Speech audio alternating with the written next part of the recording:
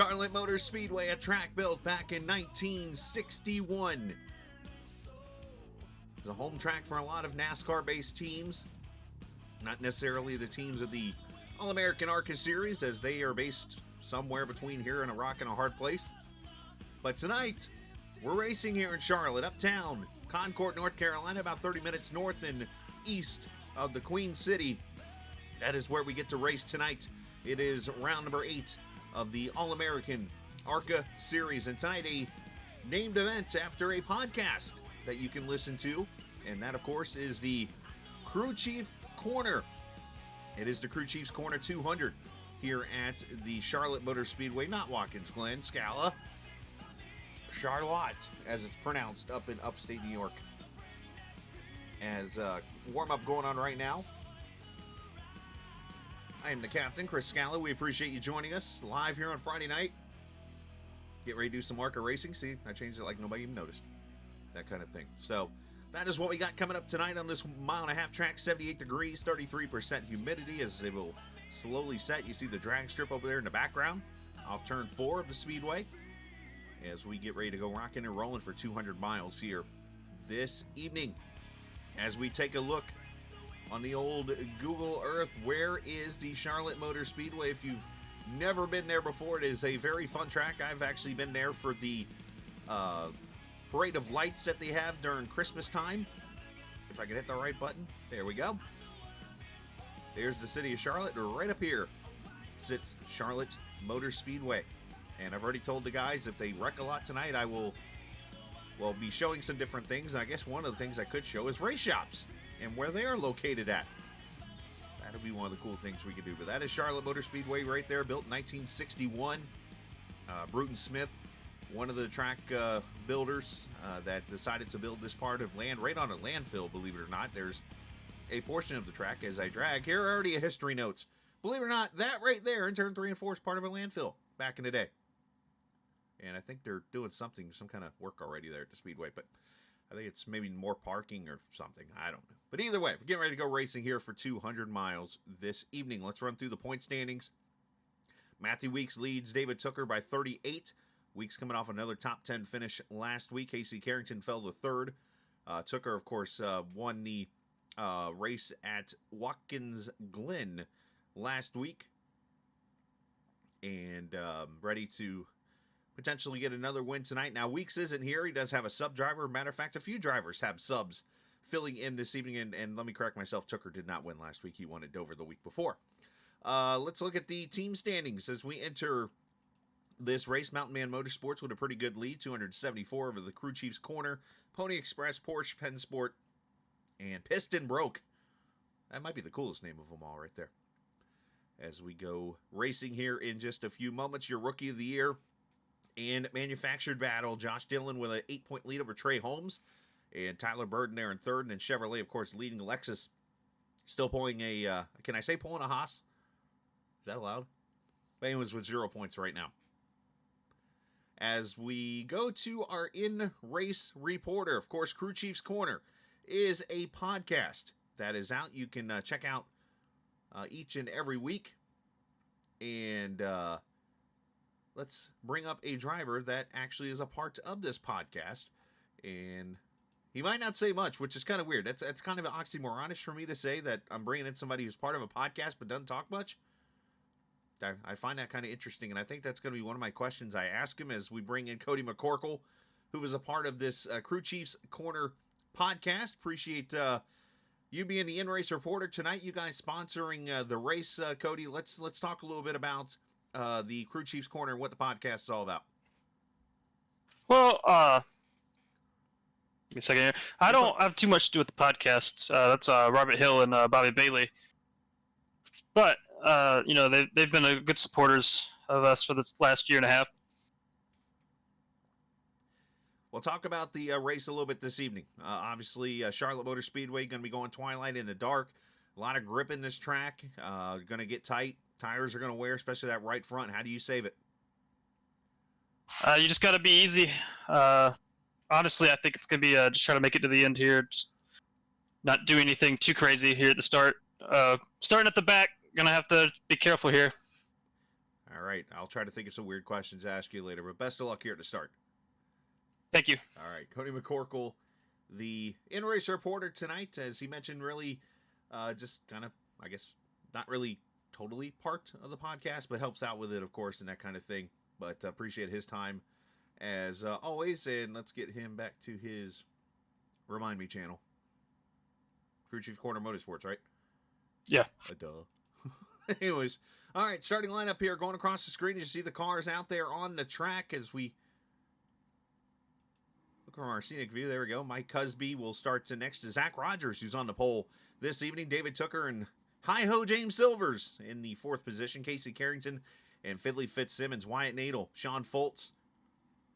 And do we have issues already? Oh, never mind. It's everybody rolling off the grid still. Brad Delph, Josh Dillon. Row 5, row 6, Matthew Stewart and Tyler Burden. Looking at row number 7. That is where you'll see Mark Whitley, the winner last week at the Glen. Mark Dillon will start there in 14th. Ryan with an R. I got to fill in his last name here in a minute. He'll start next to Jared Ziegler. Basically, those are new starters tonight in this race. Jonathan something in R. He'll be starting 18th. Ron Holyfield down there in 21st, part of Sim 500. Kyle Hall will start 19th alongside William Martin. There's James with a rookie signed next to him, starting 13th. Justin Vandermeer will start 23rd. Stephen Thompson 24th. And again, we will get those names fixed. Just unfortunately, I had a little bit of a late start on getting everything set up tonight, so I didn't get to it, and I just noticed that there were new names. Alex Penn, Larry Knoll, row 13, row 14, Lane Doyle and Greg Carr. Justin Ray and Craig Martin, they'll start row number 15. Row 16, there's Cody McCorkle and Garrett Austin. Chris Travis, Zach Dernberger, row 17. These guys going to have a uphill battle. Trey Holmes, Jacob Feskinen, Daniel Martinez, that's him in the 11. He is filling in for, of course, the points leader, Matthew Weeks, who is at the Speedway getting ready for the Roval race this weekend. Kyle Bartles, the winner earlier this season, he'll start next to Daniel there. Robert Colgan, Nick Terrell, and Casey Hatch from New England going to start in the 41st position. As we have the cars out there on the track. Pace truck lights are off on this Friday evening. The first Friday of October, technically. First full week getting through the books this week. Just past the halfway point in this series. We've had some fantastic racing. Had a great road race last week in Watkins Glen. Now it's back to the ovals and back to a track that a lot of people on iRacing know, and that is Charlotte Motor Speedway as we get you ready. 134 laps, going to make up 200 miles. Once again, a reminder that there's only 85% fuel, so about 50 laps on a tank of fuel as they come to the green flag and get this thing rocking and rolling. Zach Rogers in the inside of Mike Husby into the restart zone. Green flag in the air. We are racing Friday night at Charlotte.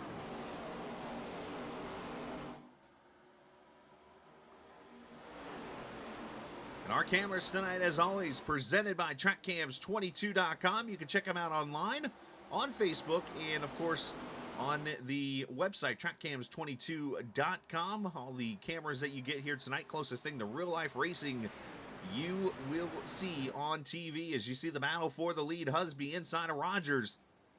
Already as they bring her off turn 4. I have to watch that Dodge car right there. That thing's got history at this track as Rogers leads lap 1. Zach already venturing up about 2/3 of a groove as we see our first side-by-side battle right there. Finley Fitzsimmons in the 06, James Silvers, Wyatt Nadel. These guys battling for the 3rd, 4th position.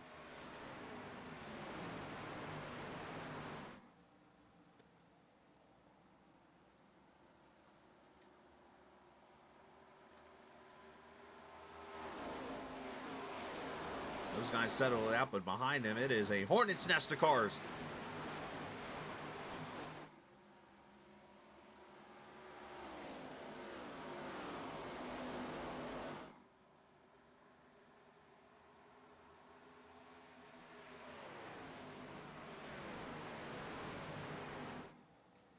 As you see the 84 of Nadel looking topside on Fitzsimmons.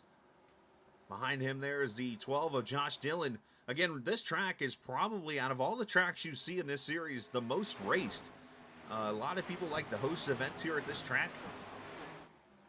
And because of that, that's where I think you're going to see the racing here be very good, very tight, and very clean.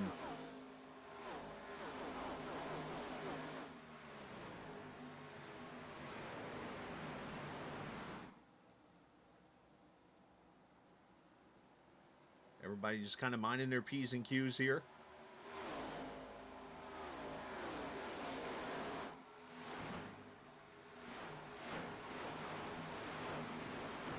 Casey's going to be apologizing probably to me before or after the race tonight. Be like, oh, I'm sorry about the R thing.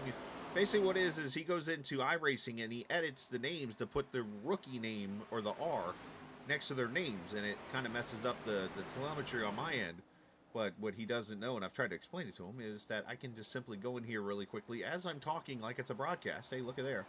And I can edit the names really quickly, and I'm doing that as we talk. Multitasking here on the Captain Esports Network. Remember, one-man show here. I do it all. And all of a sudden, you're going to see the ticker update here in about 3 seconds. 2, 1, bam. And the names will be updated to the rookies that you see on the list. You got Cutlip there in the 28. You got Ron Holyfield in the 50. The 13 of Kugler, among others that are in this race this evening. Feel free to chat it up if you're watching. I know one guy that is in particular watching, Mr. Miles. And that's because he's got a pretty big race coming up here on Tuesday night. So he's doing some studying already of what is going on. And let's jump on board one of these rookies right now. This is Ryan Strunk in the 67. This car, if you do not make the adjustments to it, the wheel will go to the right there. And you see it, that's because of the way the straightaway set up and the way this car is built setup-wise. One car sliding up the track up there towards the front. That might have been Fitzsimmons in the 06. As you see, the 67 worked the top side here and make the pass. Or at least trying to make the pass on that 59. You see everywhere on the track being used. That's very impressive already to see his cars going everywhere on this track.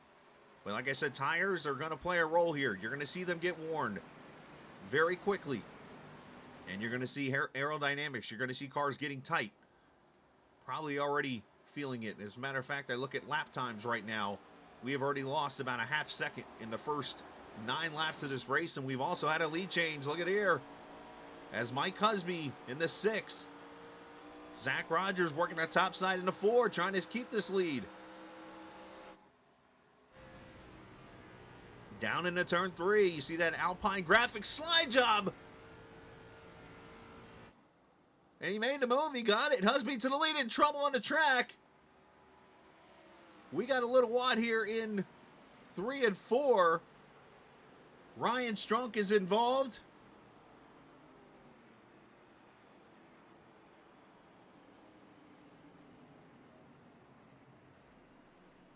And, oh, Matthew Stewart's, or not Matthew Stewart, but the 11 car, Daniel Martinez, is involved. That's the points leader car. And, of course, Martinez went to victory lane earlier this season. And let's see.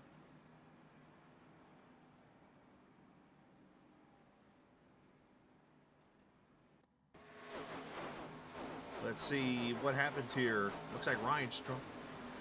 Oh, 84, White Nadel's up in the wall, and then there goes the one around. He gets shafted, unfortunately.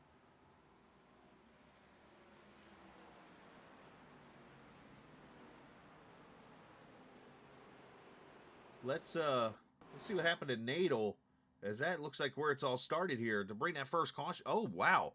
Oh, they're just getting jacked up down the straightaway. Nothing new, nothing different there at all. Nadel comes up there. Oh, you know what? That's... Wow. I mean, the 57 just pretty much said, I am not happy with that move. Jacked him up and sent him packing. I'm pretty sure that'll be who the UL is on. And there goes the 11 doing some kind of netcode drilling of somebody. I would say, yes, I understand the frustration of somebody coming up in front of you off the corner. But it's lap number 9 of the race. And Wyatt Nadel, unfortunately, had no control of his car down the back straightaway. Let's watch this again. And,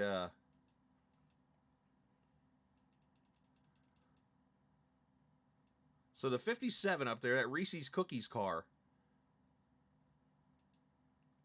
Let's actually, we're on board with Nadel here. So Nadel has to, he's cleared here, but the 57 is going to have the run coming off the top side here, and he's going to go and come on up here, and obviously he's not happy about it, so just jacks him up, and he stays under him, and just, good grief.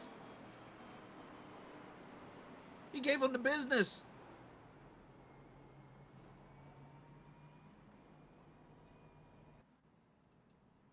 Well, tough break for a lot of cars involved here. We'll get some damage fixed on some of these cars.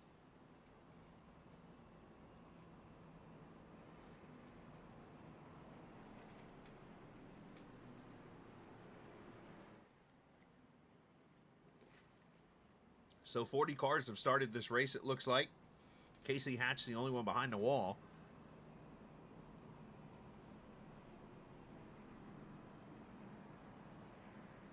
I have not heard from the admin yet of who's getting blamed for that, but I have a feeling I know who it is.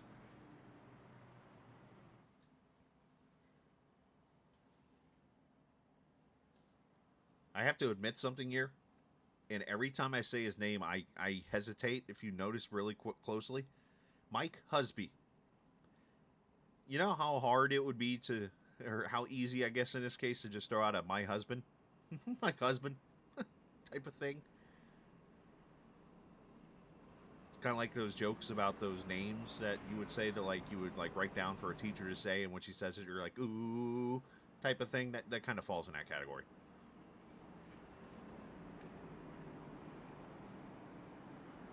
All right, going to come back to the green at lap number 12. Pace truck driver tonight, Stephen Miles. Why not? No, actually, you know what? No, it's not Stephen Miles. Pace truck drivers, who's the player that these guys always talk about? That they're representing him tonight. Oh my gosh. I played the video for him that one night. I can't remember now. I'll have to get it from Casey. But anyway, he's driving the pace truck tonight as we're back to green. They do restart from the Geico restart zone. Powers. That was his last name.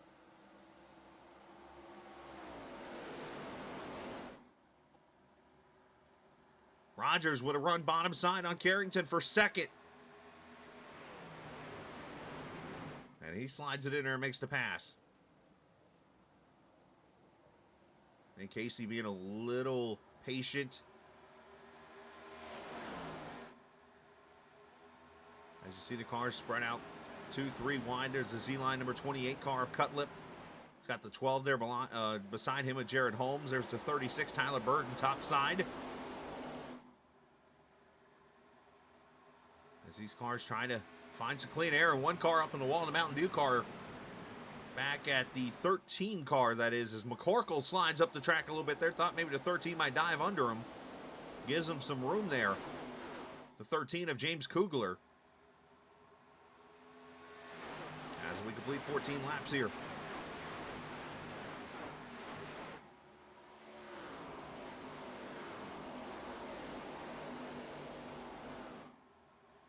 Down to back straightaway, everybody's single file for the most part. Did have some takers on pit road, but remember, you only have 3 sets of tires, so most of these takers on pit road were likely fixing damage. As McCorkle gets up there and scrapes it a little bit. Got to be careful. These cars are very sticky, and oh, there goes the 47 of Lane into the wall, Lane Doyle. And we stay green, nobody wrecked until then. The 22 now gets turned. And there goes the caution hard into the wall. And there goes somebody flying into the pack like there's no tomorrow. Nurnberger's involved. There's the 57 involved, Lane Doyle. Nick Terrell involved. Second caution is out. And that just unfortunately was a big chain reaction. Justin Ray might have got some damage also in it.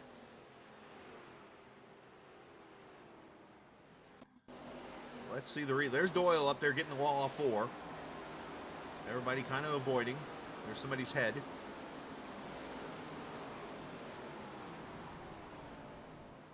.22. Oh, and he gets smacked by the 38. 94 getting some damage in there.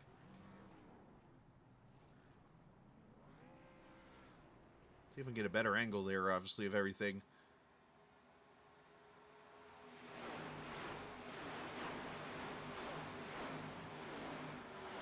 There's the turn. Here goes the 84 of Nadel. McCorkle gets in there a little bit. Looks like, obviously, saw the 57 come in there pretty hot. So, second caution out here.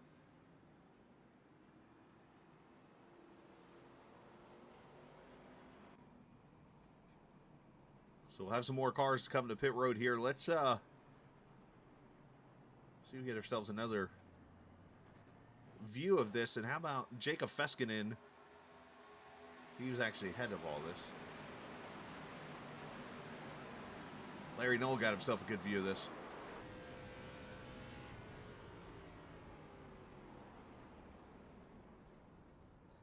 How about Larry? Look at that. No damage at all, it looks like. Back her down and let them all crash around you. That's how you do it.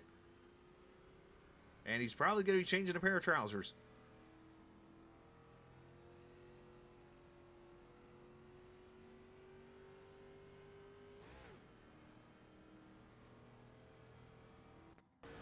Let's go on board with the Ziegler car. The Reese's car, unfortunately, is in pieces.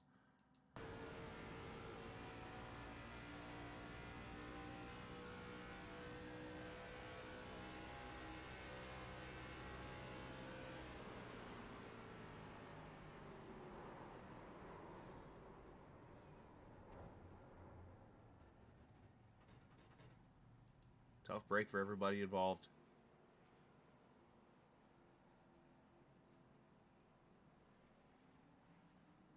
All right, should see the pace truck lights go off here at lap 18.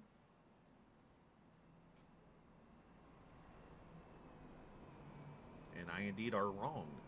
2 to green this time by.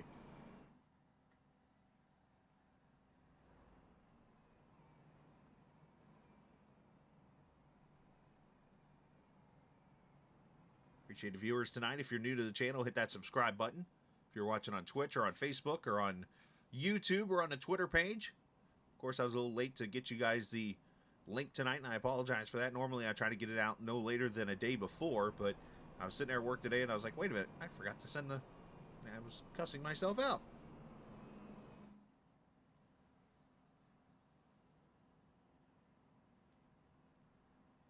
Matter of fact, I had everybody fooled today thinking I was, like, working late tonight. Like I have a couple times.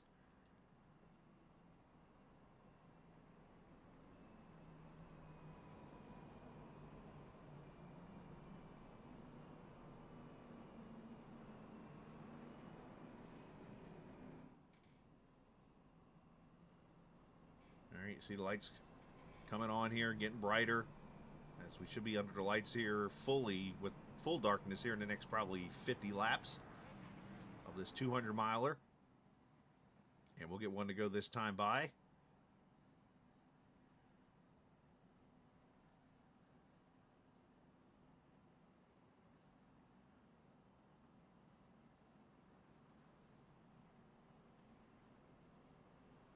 All right, my screen is going to go black for a quick second. So forgive me. I'm going to take advantage of this right now.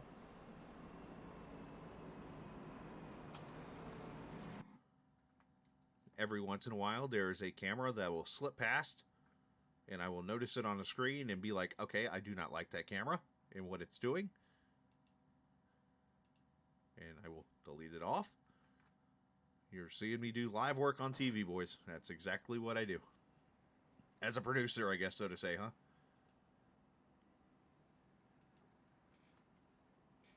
Ah.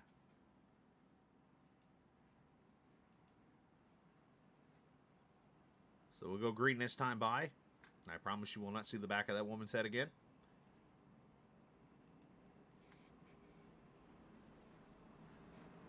The Crew Chiefs Corner 200 here at Charlotte Motor Speedway, virtually on iRacing for those joining us. We appreciate it. On the Captain Esports Network.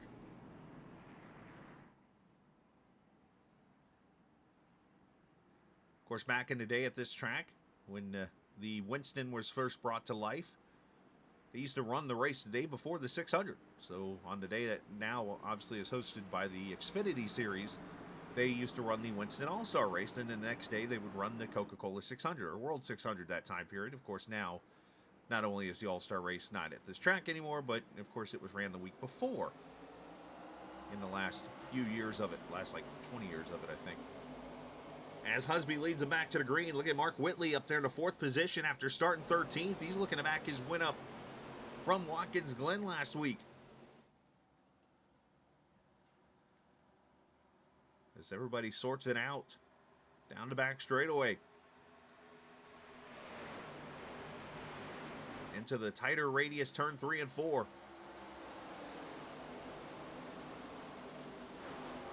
Almost 3 wide, it looked like they're off turn 4.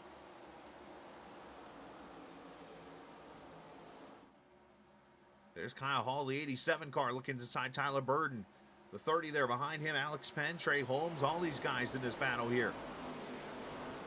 And for the lead, Zach Rogers trying to get it back. Maybe a little short run speed in that 4 car. And he got it. As Whitley now drops it to the bottom. Husby tried to get that run topside, and Roger said, no soup for you. You come back 2 weeks. For those who have never seen the Soup Nazi episode of Seinfeld.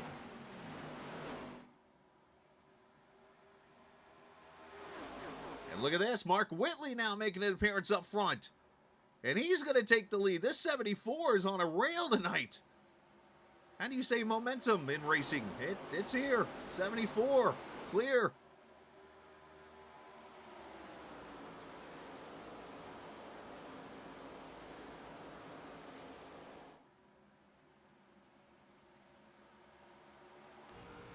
We ride with James Silvers here, the 17 car running in the 6th position now.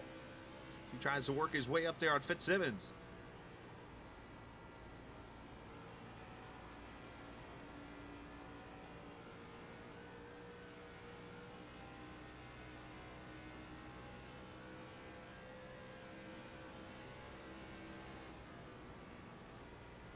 Of course, you got to be very careful with this car. As I mentioned earlier, it is a magnet to the wall. And if you get a bad angle into these corners, you can definitely scrape it up and be stuck against it. And worst thing you can try to do is try to pull it off, because then you might run into somebody. As here's the 88 of Trey Holmes inside Alex Penn.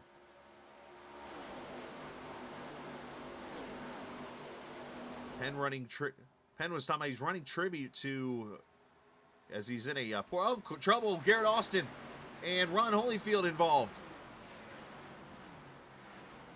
There's Ron in that yellow 50, the yellow submarine we should call it. There's Garrett Austin in that 34. 3rd caution out.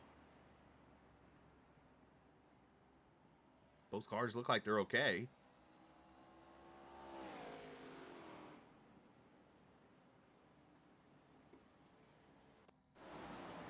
Let's see what happens. We roll the beautiful bean footage of turn 3 and 4.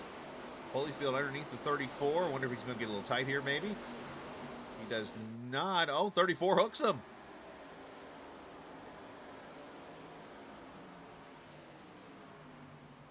I wonder if Austin thought he might be clear and tried to get down behind the 50 and unfortunately threw a hook at him. And Holyfield, for the way he hit that wall, actually going to end it okay in that yellow submarine.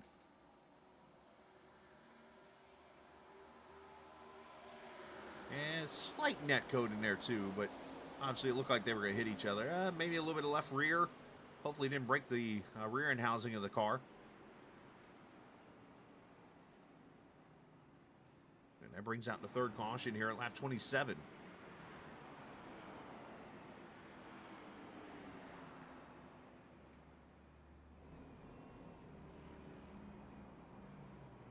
And Mark Whitley coming to pit road here. An interesting strategy call here. Maybe playing the long run card, pitting in 105 laps, 106 laps to go. Does he take tires? He does. Right side's going up. So he is playing this race like it's going to be a long run. And thinking maybe a one-stop strategy to the finish here.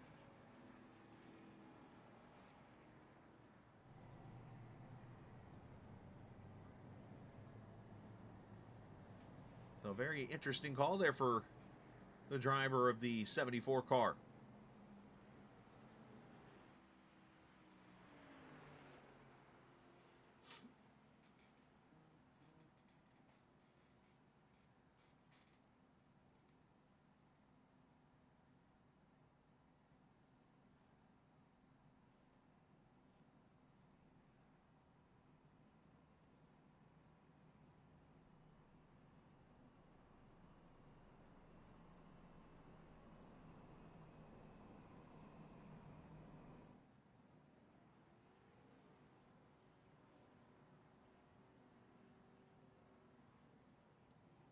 Should get one to go, I believe, this time by.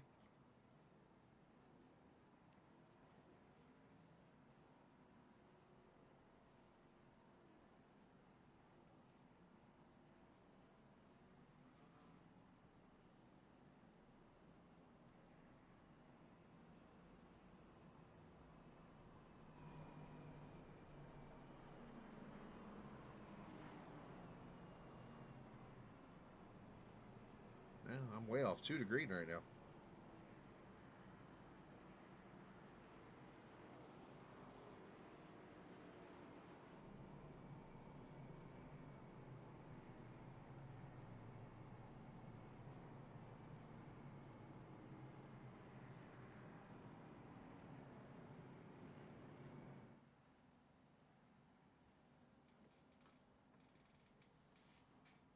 So 3 cautions here early in this race. And let's talk to a driver here real quickly. Let's see who I can find down here in chat.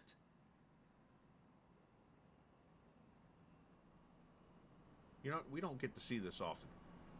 I'm going to do something kind of sneaky here because I've found some very interesting character in chat.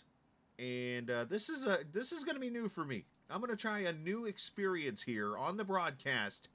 And, yep, you did it, PJ. You put the word that you probably should have never put in your Discord name, because it's like I've never talked to one of these before in a race, but PJ Thomas is a spotter for the 13 car of James Kugler. So, PJ, let's talk a little bit from the spotter side, because we don't get many live spotters on the broadcast here and stuff. And matter of fact, you're the first one ever.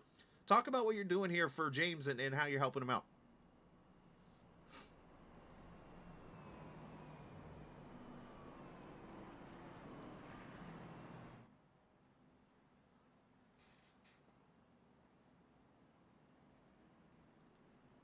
Have you unmute your mic? I guess that would help a little bit. So talk about what has happened so far here in this race and how you've helped him get through a couple of these incidents and get him up here. I know he was in the top 10 a minute ago, but at least close to the top 10 so far. Right now, 15th. He's just, trying to keep the nose clean. That's the hardest part. That's fair enough, man. Well, we'll let you get ready to go rock and roll here for the restart. I know what it's like to be a spotter, so I just wanted to get a little input from you tonight, man. Good luck. Go have fun, and enjoy the booth up there. It's pretty nice weather above us. Yeah, thanks for having us. Absolutely. PJ Thomas, I caught him off guard with that one. Spotting for James Kugler, and I actually screwed up the first question. He was basically talking about trying to keep James out of trouble tonight, and obviously going to do his best to do that. So that was pretty cool to do there for a quick second, even though you get to hear half the conversation. All right, so Rogers and Husby, Carrington, Fitzsimmons, and Cutlip, your top 5. As we come back to the green, the car we're going to be watching, Mark Whitley, going to restart 26th position for the restart here. We'll keep an eye on him. As into the restart zone they go. Green flag back out.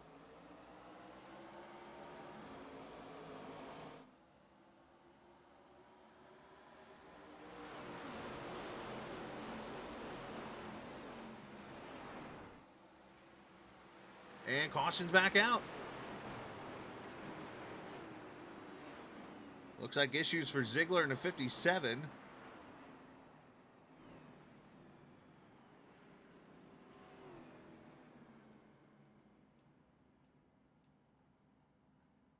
And maybe some issues for Larry Knoll, unfortunately. What happened to Larry?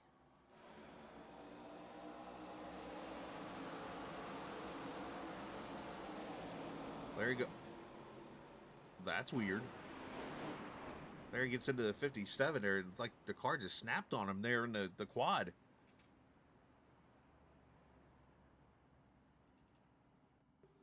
See if we can get a better angle this side. You're welcome, Matt. Did he money shift? Oh, you know what? He swung wide to try to get out of everybody's way. And when he went back to the left, it overcorrected and spun on him. Or maybe he went to the right and didn't realize where he's going and got spooked. One of the two. But either way, unfortunate break for those involved and caution out for the 4th time. And what I'm going to do here is I'm going to keep the stream up and running, obviously. But I'm going to do like a commercial break, but without a commercial. You're just not going to hear my voice for a minute. So, enjoy.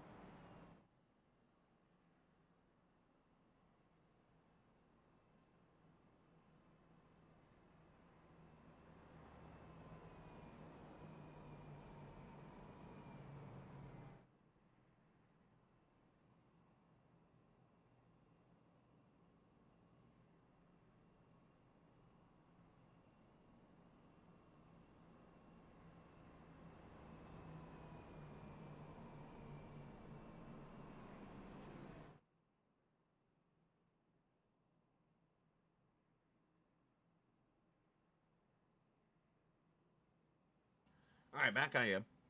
Thanks for the cars wrecking too much to allow me to finish my dinner. So, real quickly, this actually gives me an opportunity. Let's have a little fun. I told him if they wrecked a lot, this was going to happen. Let's bring up the map. And let's show off some teams around the Charlotte Motor Speedway, should we? And, of course, Charlotte, home of a lot of race teams. But more notably, in case you've not... By the way, you can see the dirt track right here to the right. This is Highway 29, or Highway 3, basically, it turns into as you go to Kannapolis. There's a little short track, of course, the dirt track, and the drag strip over here to the right. So, Hendrick Motorsports, if you've watched a race at Charlotte, they use them bringing up every time, is literally based right off turn 4 of this track. And what I mean by that is right over here is Hendrick Motorsports. I mean, you got to go over near the mall over here. I forget what the mall's called off the top of my head. But there's Hendrick Motorsports. Look at their little team field right there that they do practice on. The little stuff that you track practice over here for pit crews. I remember driving in here one day and they were doing all practicing and stuff like that. Over here is their, I believe that is their paint shop right there. But so much that right there is their facility. It's pretty cool.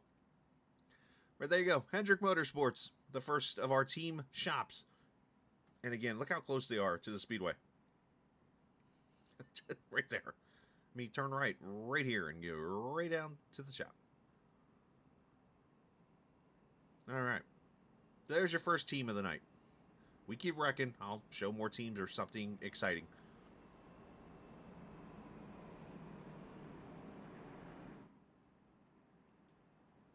I'm waiting for somebody on the stream. This will tell me if somebody's watching while they're racing, because they'll be like, oh god, Scal is showing race team shops already. And I have a little history in Concord, and my in-laws actually lived up there for a while. My father-in-law was a manager at FedEx there. So I got to go around, tour the shops and stuff like that, and I've got to learn the area a little bit, so. All right, going to go back green, lap number 35 after caution number 4 here.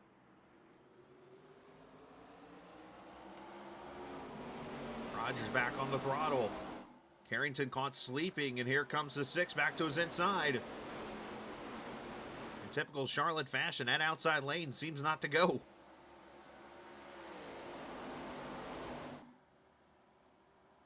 See if these guys settle down. One car almost getting the wall back there about mid-pack. Looks like McCorkle right there with him.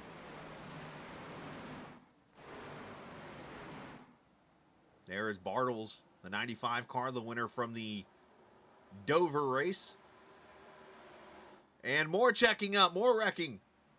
Kyle Hall's involved. And 5th caution is out.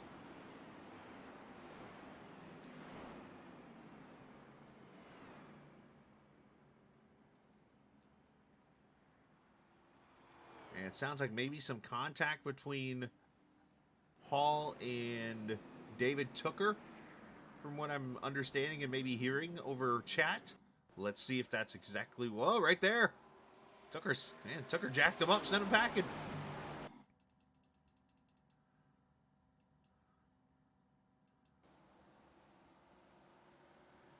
Oh, you know what? Kyle checked up, I think, for Bartles. Or not Bartles, but Burden.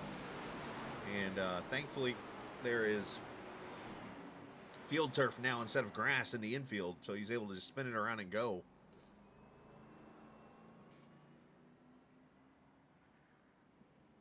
But caution out for the 5th time. All right, so let's have some fun with the viewers. Viewers, give me a race shop. Give me a team. And let's see if I can...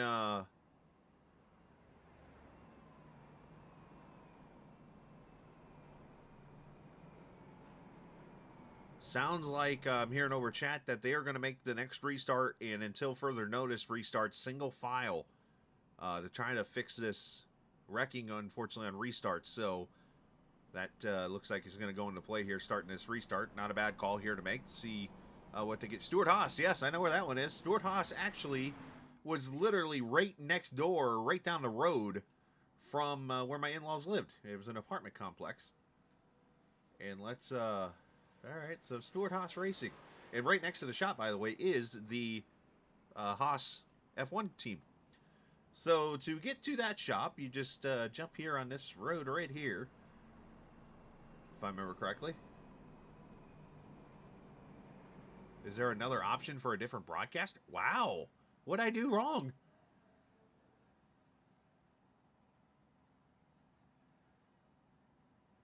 Wow, I've never had somebody say that to me before. That's interesting.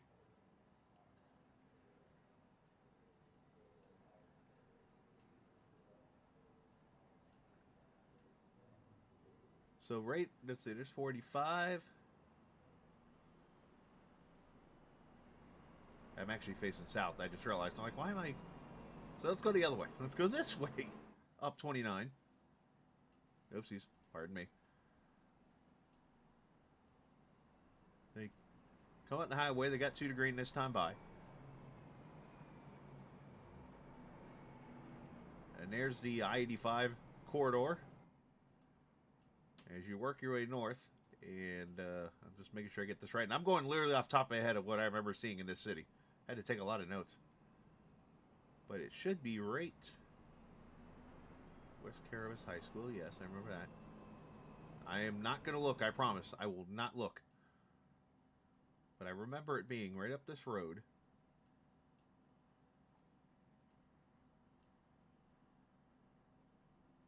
I'm going to fail this miserably. I can see it already. Because you had to go up towards Mooresville and up towards the...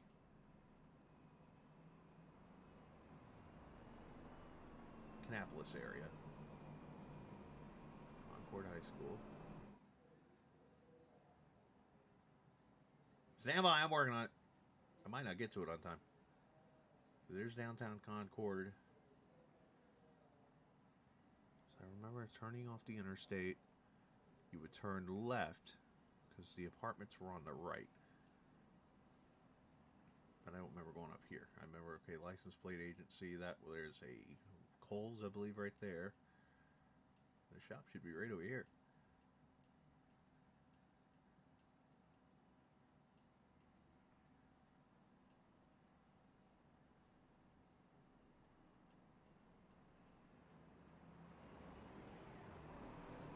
All right, I'm going to work on that one for you. I failed you on that one.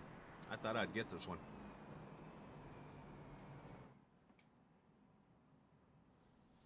All right, so we're going to go green here in lap 41. Unfortunately, the fifth caution.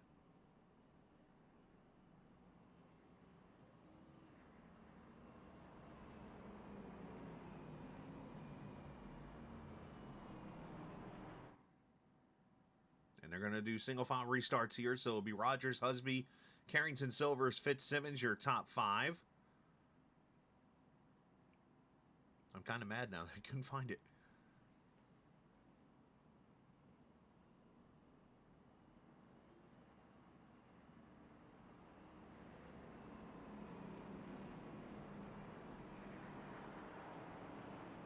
So now you're going to see a lot of cars up to the top, and that's because you can still pass on the top side, technically on a restart here. So they want to protect and use the wall as an out of bounds. So now you got to hope that everybody can just time it and let the car in front of them go. It's the best way to let this restart happen, or else you're going to run in the back of somebody and have all kinds of issues. As we go back racing here, lap 40.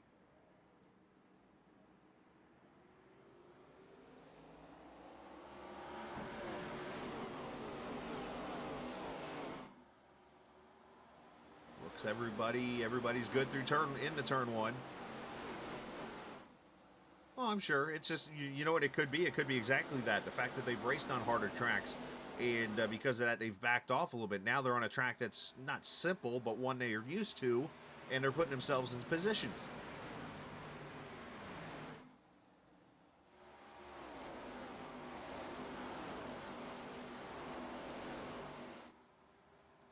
You see Fitzsimmons almost hitting the carpet a little bit there into the quad oval inside the 28 of Cutlip. This is the fifth position battle here.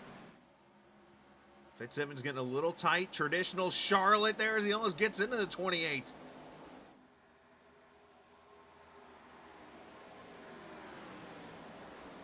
His teammate David Tooker there behind him. There's the 88 of Trey Holmes as they come up on John Silvers there in the 17.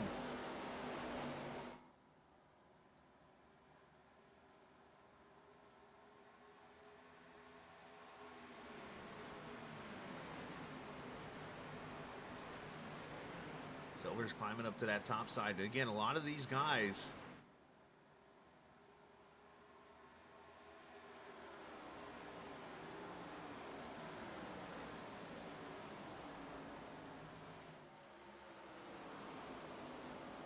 have not pitted yet to change tires. Again, they only have 3 sets to work with this entire race. The only person that has gotten new tires on his car is the 74, Mark Whitley, and there he is back here. That red and white car there inside the one. As he tries to throw, he gets a little loose, and actually they're wrecking in front of him. The one car into the wall. Tyler Burton is spun around.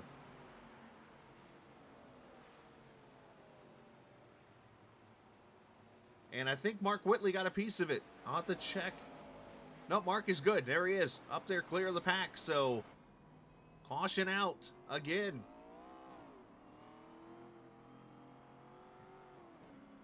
Alex Penn involved.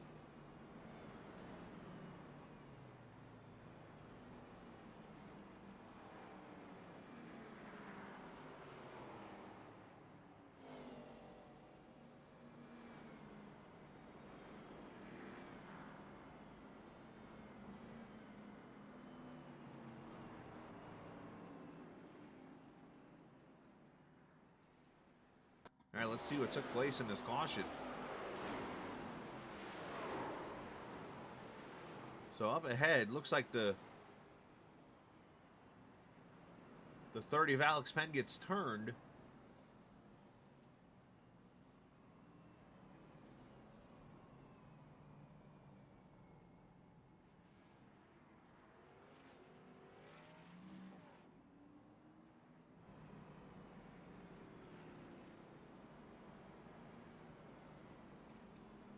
Let's see if I can get you a better view of this incident that took place. We got, you know what, let's actually cut to the leaders. They're on pit road here.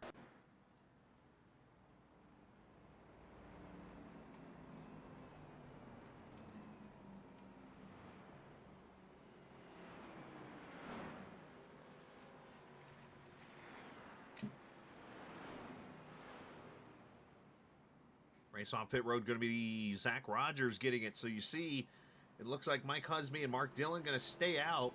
Whitley's already got a set of tires with him in third. And then everybody else here going to pull away to the lead of this pack.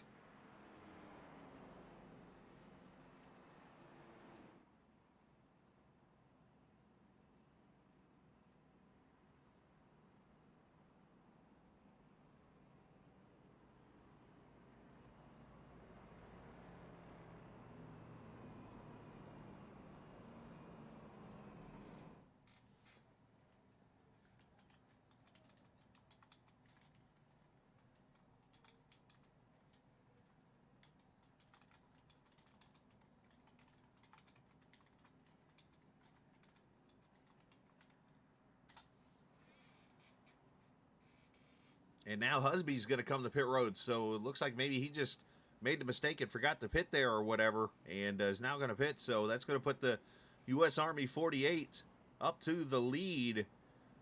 And they've gotten to the point where even in league chat, they are talking about Wendy's and how late it's open at night.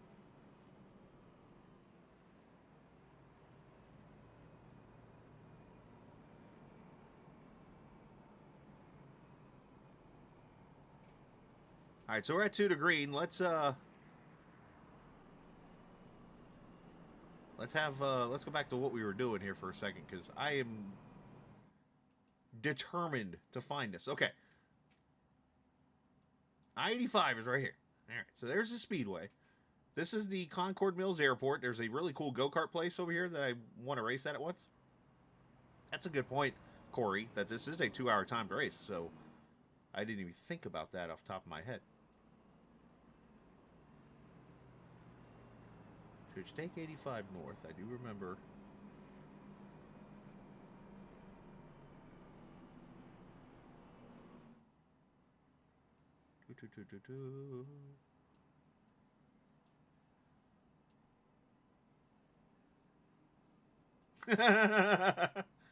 I just heard.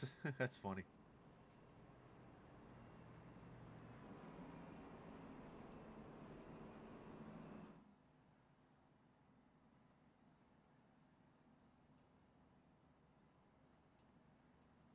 Like, I'm trying to do this without,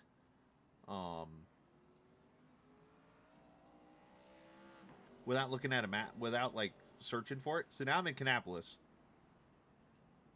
which gets me really close to the race shop. I know it is, because I remember.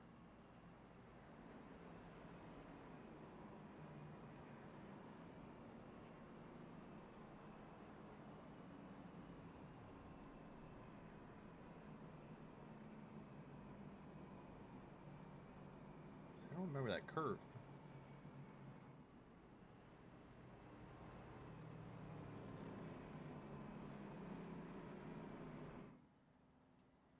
Hey, North Carolina Music Hall of Fame apparently is right there. But yeah, here's Kannapolis, home of course, Earnhardt and family.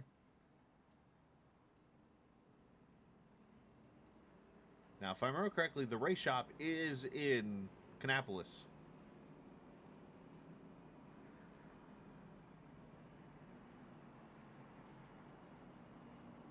And this is Highway 3 right here, I do know.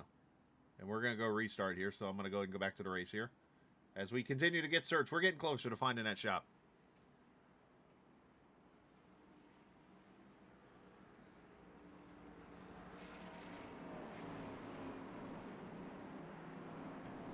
All right, so Mark Dillon leads him to the green flag. He has the oldest tires out of the group.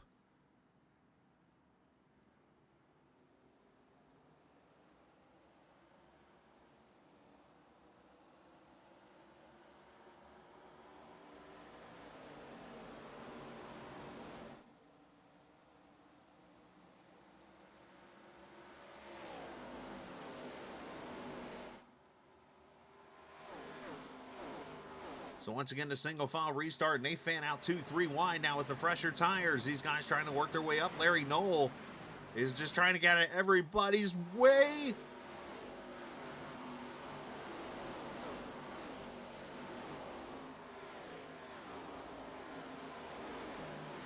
He does a good job of doing just that.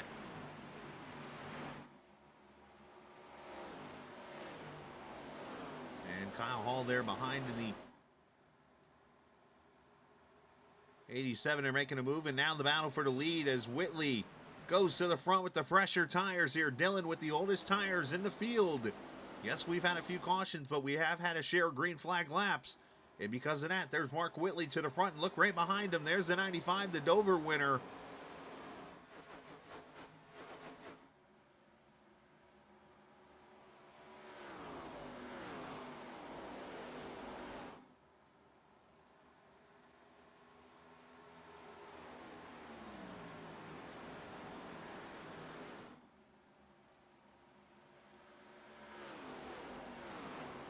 Bartles making the passes to 24. Thompson gets loose off turn 4. Had to go save it. There's William Martin in the 58 car, gray car, and the Waffle House Mobile right behind him as Whitley just ran the fastest lap of the race. As we start to see the comers and goers, there's Zach Rogers. Started on the front row inside of the 87. Going to make that pass. Here comes Carrington with him.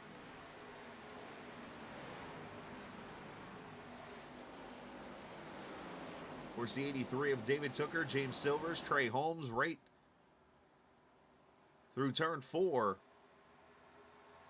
As we're still about 14 laps or so from the halfway point in this race. Now the question, can Whitley hold on here with the saving of tires that he's had? Because you do got some cars with maybe a lap or two fresher tires. We got 3 wide back here with the 1. Alex Carr getting around the 94 of Colgan and Justin Ray. And Mark Dillon's in the wall off turn 4. Got to be careful here.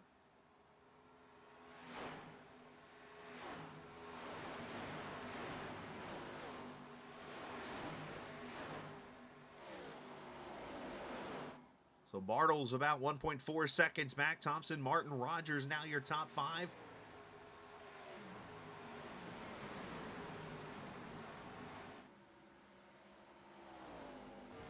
You ride with David Tooker here in the 83 car.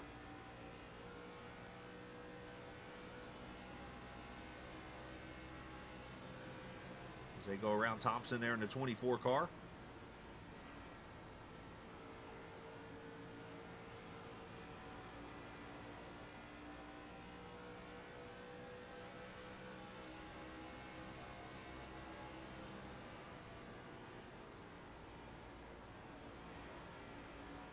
So with these guys just going green, right around the lap 50 mark, you're looking at a one-stop race the rest of this way with the 85% fuel. Looks like around lap 100, maybe a little longer than that for most of these cars to get tires. But of course here, the right front is taking an absolute beating at this track.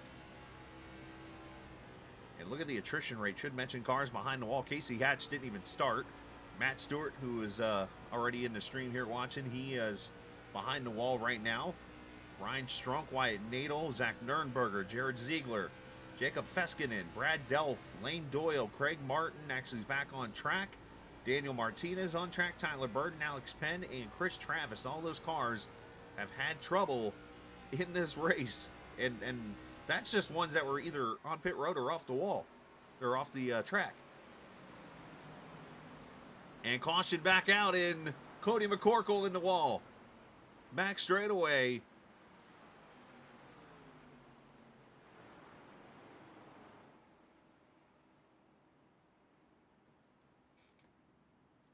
And the 7th caution out, lap 58.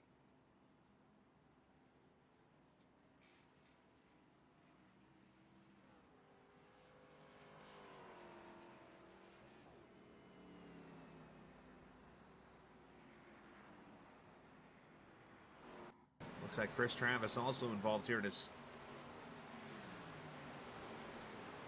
51. He gets stuck up there against the wall. As I talked about, got to be very careful on the end. And then right there, he pulls himself off the wall. And there's the 2 waiting on him. It's one of the toughest things to do. It's almost... You're playing a game of chance at this moment if you're trying to get off the wall after being stuck in it. If you kind of know how to control a car, 9 times out of 10, you can do it without hitting somebody. But it is very hard, especially when somebody's coming, to keep that car out of hitting the other vehicle. Let's watch again here. He just gets in too high there, scrapes the outside wall, sticks up against it. And then right there, he pulls himself down, and bam, there's Cody.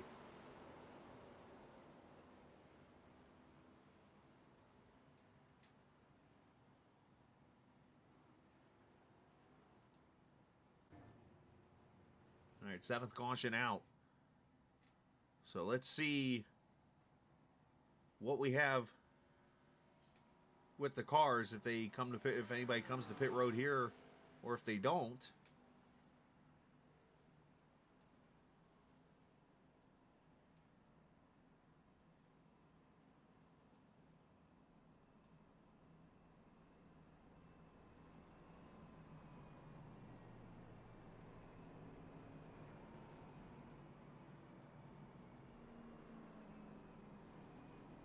I noticed the viewer count starting to go up over here, and that usually tells me that the racers are now watching the stream. Which means I got to find something entertaining now for them. I've already been trying to find a race shop that I can't even find. Now they're talking about hot sisters on the chat. That's interesting.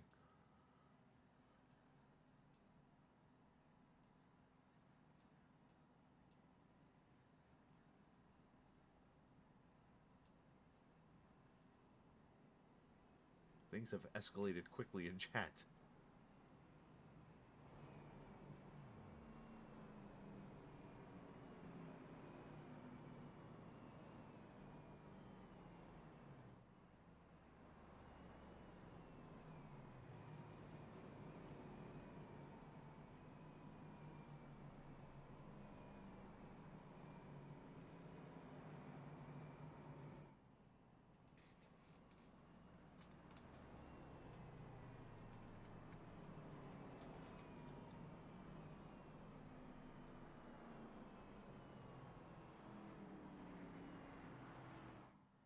Alright, so I cheated. And I found it for you guys. This is Stuart Haas Racing. So I was right there. I was nowhere close. I was actually, if I'd went the right way, because I went this way, I should have went that way.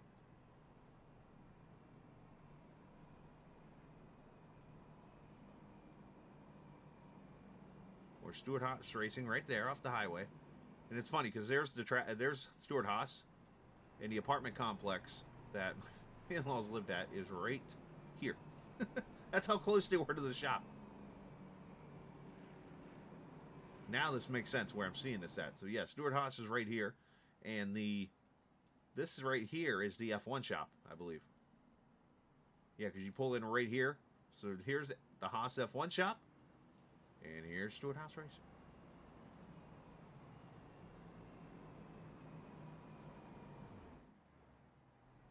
So there you go. I had to cheat a little bit, but now I found my way.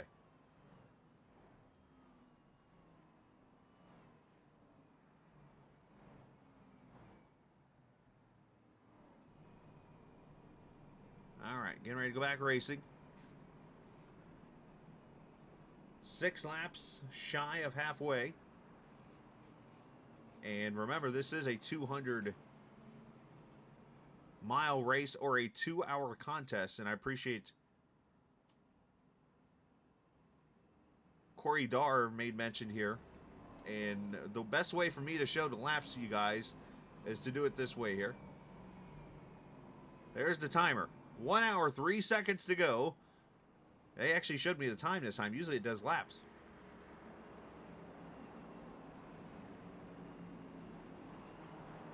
I need ways to find my own house.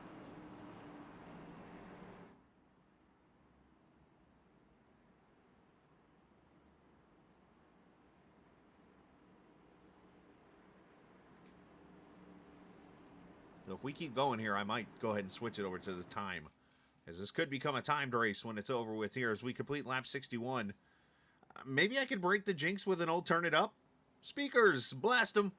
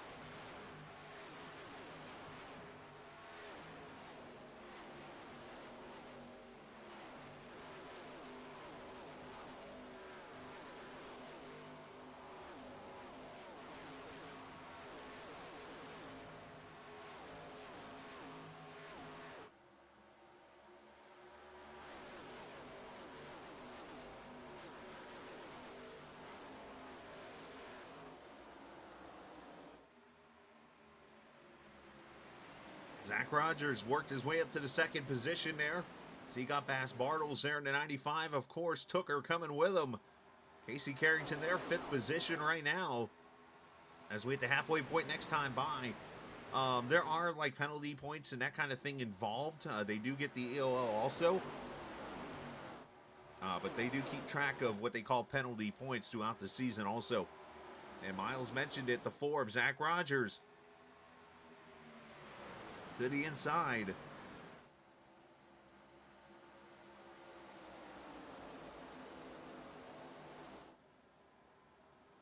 And these laps on these tires, not much of a difference. It's about, with the cautions involved, it's 18 total, but I would say only about maybe 5 or so green flag laps, but that does make a difference as Zach Rogers goes to the lead in that 4 car.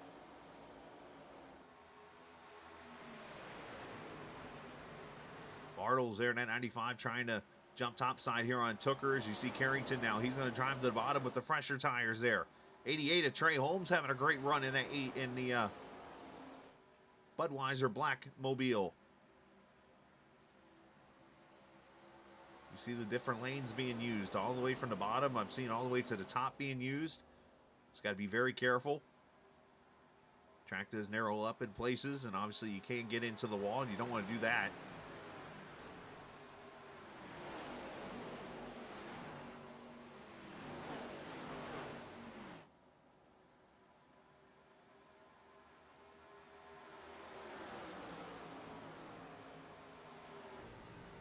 Fitzsimmons down on the bottom side, trying to get some air to his nose. Got that going on. This is the 7th position here. Let's go back to 17th as Sean Foltz under attack from Kyle Hall, the 87, and went spinning earlier into the infield.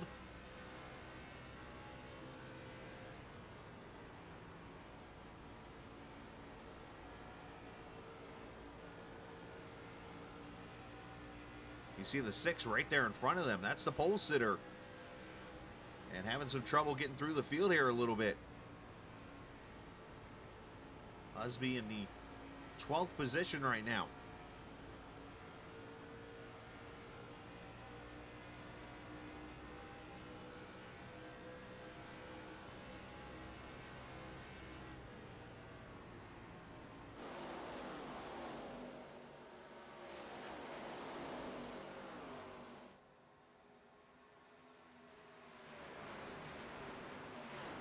I don't want to be the guy that jinxes anything here, but I'm going to go ahead and point the obvious out. Maybe potentially a green flag look happening here. You see Kyle in that 87 get a nice run. There's the Waffle House car outside. Alex Carr in the 1. Greg Carr at the 25.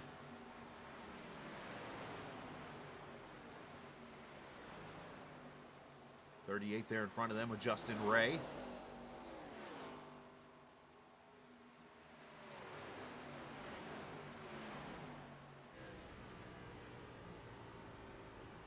Inside, you see the 1 car there to the inside. This is a car battle, literally.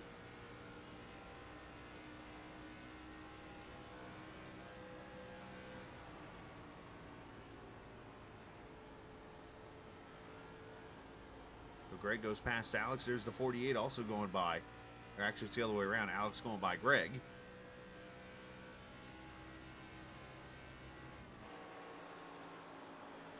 Hold on there. He almost jacked him up.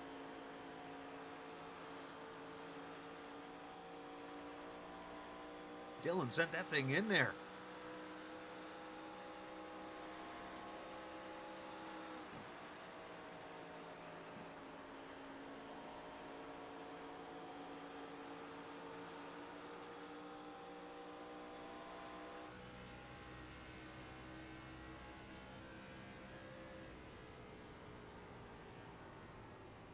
I wonder if Goose is his nickname. I see that up there on his helmet, maybe?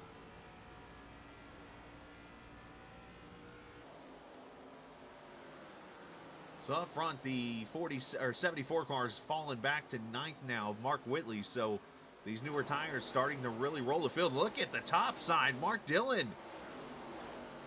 High, wide, and Harry Ganton.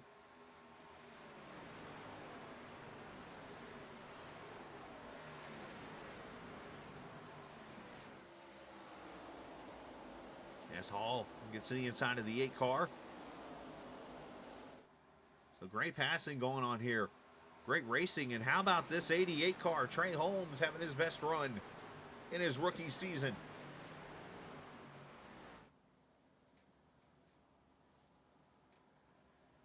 The leaders have not gotten away from each other. Top 3 single file right there. And in 4th and 5th, and we got trouble. Mike Husby is spun the pole sitter. 8th caution.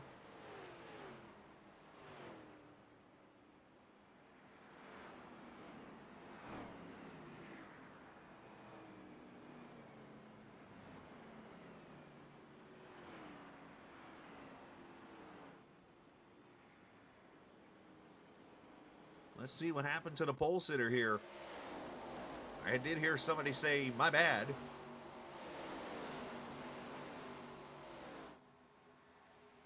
Oh. So McCorkle was kind of off the pace there a little bit. And the 48 of Dillon just kind of moved down and unfortunately got into the 6. And caution's back out.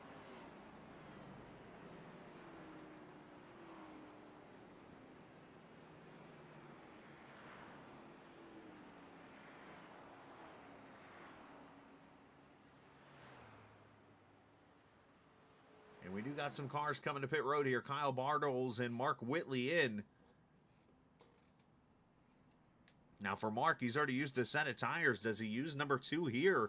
That would leave him with a set of tires left in the last 57 laps of this race. Yeah, he's going to another set of general tires here. So right side's going on. So we got Foltz, Whitley, Bartles, Carr, Martin, Holyfield, Alex Penn, Larry Knoll, Garrett Austin, and Robert Colgan all on pit road. And this is going to give us an opportunity to talk to a different driver.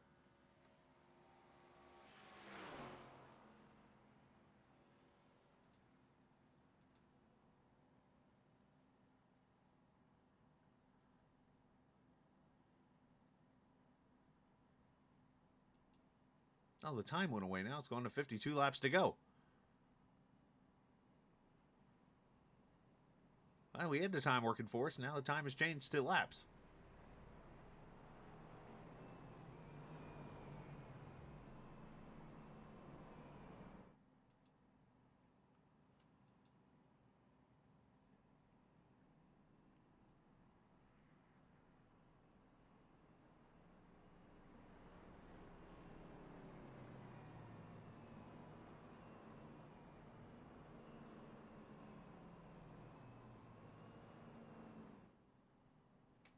You know, unfortunately, Trey Holmes is not in Discord for me to talk to. But I'm going to keep the time up there now since it's got laps to go and things like that, and we'll go from there.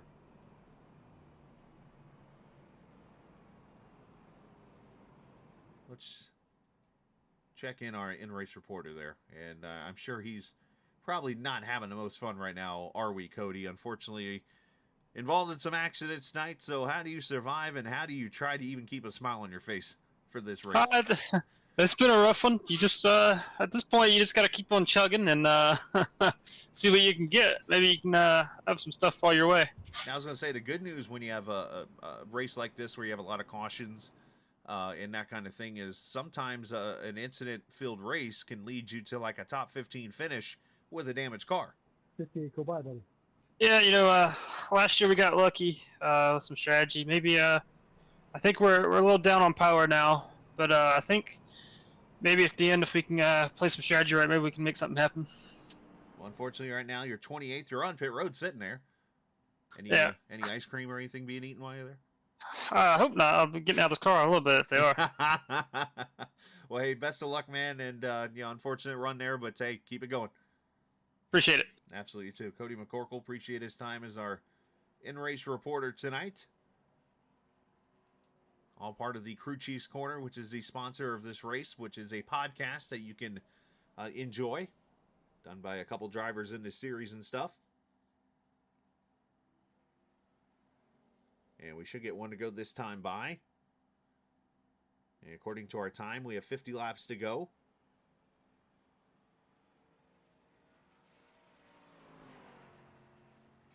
You know what? I might have just figured something out.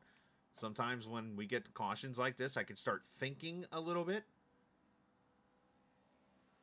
I can start thinking of things, and I might know why it swapped to laps. And I'm going to make the change right now and see if it goes back to time.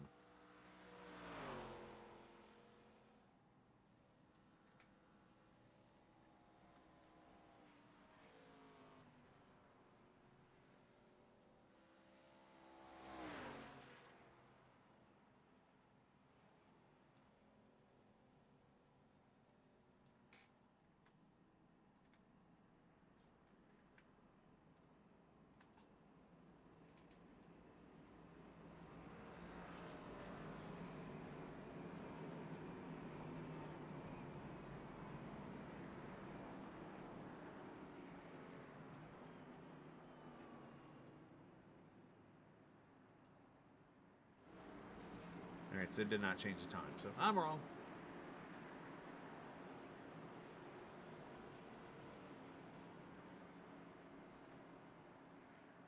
As we're going to go back to green here, 48 time laps to go in this race. You will notice throughout now, as time goes, the laps will trickle down per the time, not exactly the race, so to say.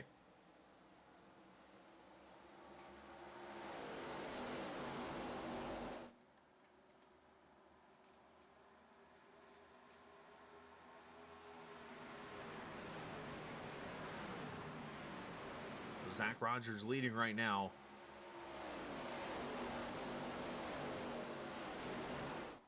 So they bring their way off turn 4. David Tooker looking inside that 83 car. He's going to take the lead now. Carrington up to the 3rd spot. Holmes and Fitzsimmons now your top 5.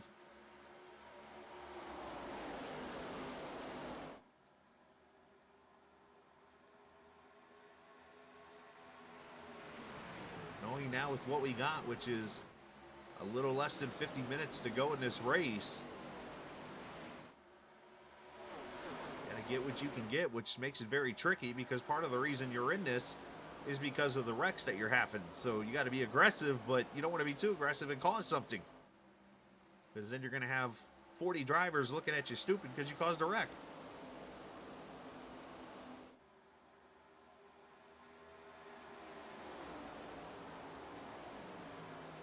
Fitzsimmons looking inside of the 88 of Holmes. Cutlip back there also to 28 with Kyle Hall, and James Silvers also in this battle. Keep an eye on that 74. He's got 4 Mr. Feelgoods back there in 10th.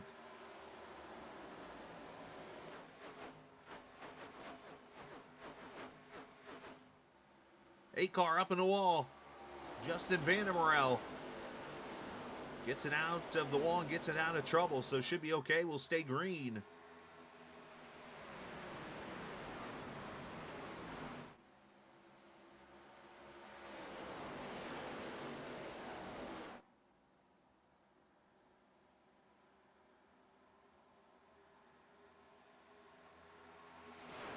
Go back to the Michigan race a few weeks ago, had the same kind of an issue, and they barely made it in the window of the 2-hour time limit.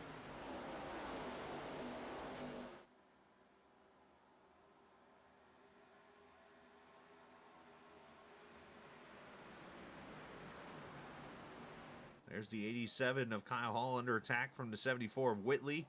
Again with the fresher tires there as Hall almost gets in the back of Fitzsimmons.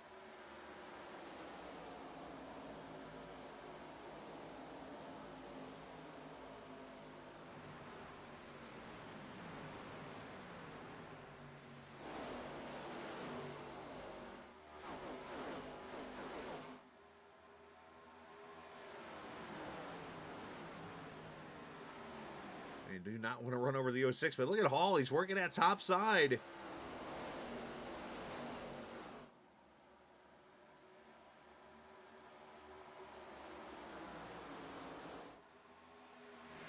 Oh, and now he gets up against the boards.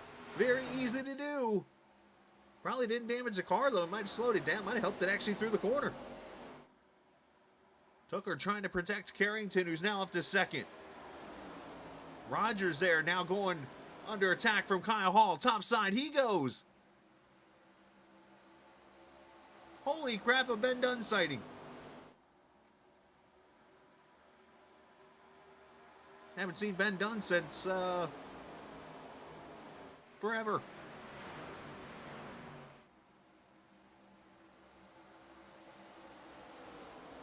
I know one thing that somebody I talked to recently said that he believed that the top side would come to work tonight and in the ARCA race here at Charlotte. I don't know who that was, but pretty smart character.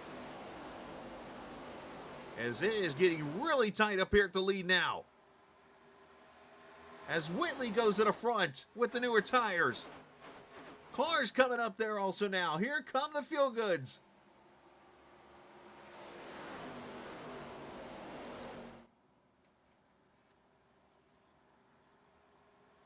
What a move by Whitley to jump up there.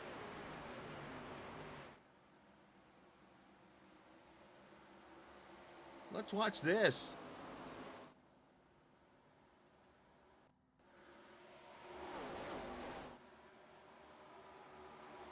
Whitley goes topside, makes the pass with those fresh tires, brings Carr with him. And they just went around the top.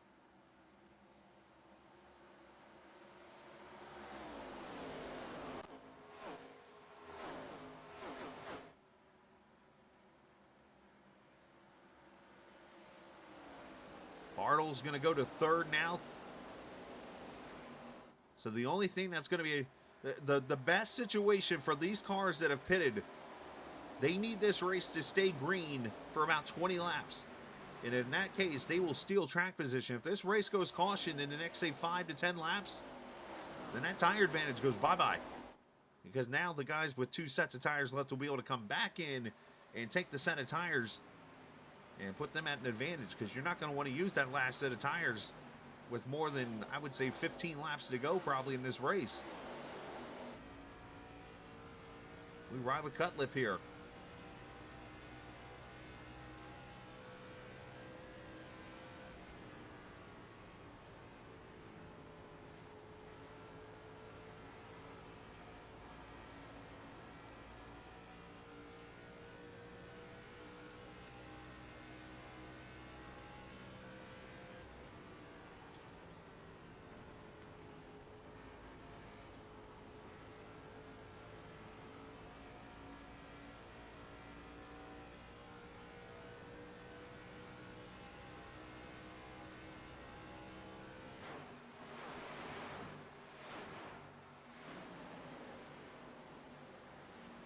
.42 laps to go. Let me click over to the laps. And we are actually right on the number. 42 laps to go in the race when it comes to lap total. So we're right on the number right now. If we want to finish this race in the 134 laps. There's Alex Carr up there, second position, 1.3 seconds back. As Cody Mccorkle makes a green flag unscheduled pit stop for him. Bartles, Tooker, and Carrington, your top 5. How about a couple more comers into the top 10 here? How about the 94 of Robert Colgan? How about the 59 of Zach Foltz? Sean Foltz. Sorry, wrong Foltz.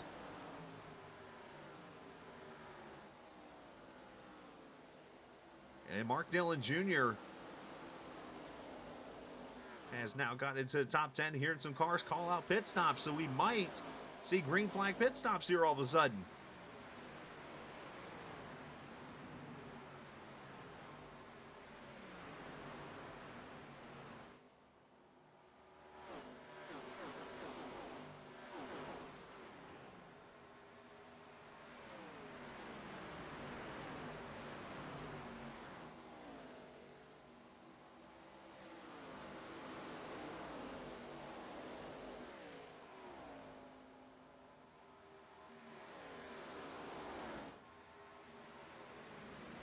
.39 to go this time by. You see these cars all scrambling around with the tires, trying not to wear them out too quickly, because you can do that and it'll balance out more with these guys that are already up front. But Mark Whitley is gone, 1.9 seconds over Carr. All the way back to David Tooker, 6.3 seconds back as Alex Penn makes a pit stop, 14.7 for him. There's Whitley. And here's this battle back here with some more of the fresh tires as Colgan's coming through. Here comes Kyle Hall and Sean Foltz with him.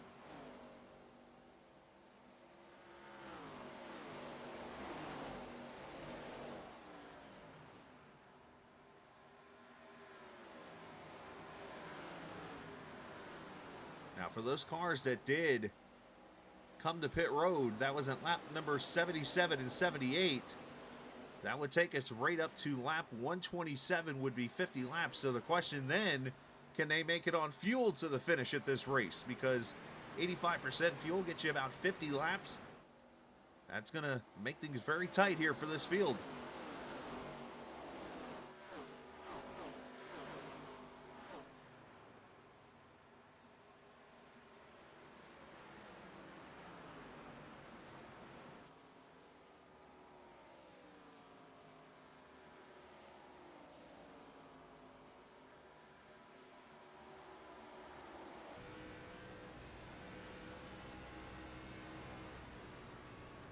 As Dillon drives down to turn 1, Fitzsimmons right there in front of him, trying to hold him off. Of course, next week, we continue on race number 9 of this season.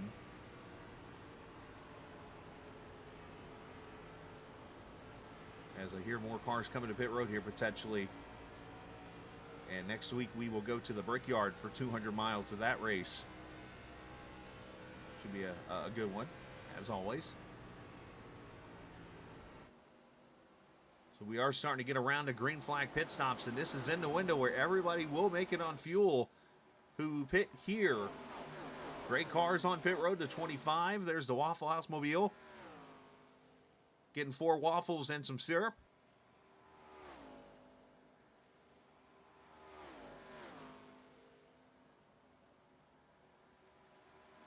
And now David Tooker and Fitzsimmons and Rogers and others coming to pit road now here at lap number 100 of this race. 34 laps to go as we get around to green flag pit stops now after, unfortunately, we've had a fair share of cautions, but we have kept it green now for the last little bit.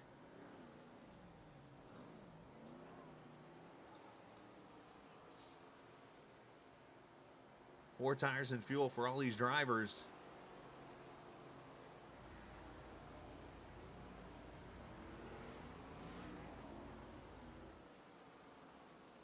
And here's Casey Carrington on pit road with Cutlip and Silvers and Husby, Larry Knoll, all these guys coming in. Four tires and fuel here.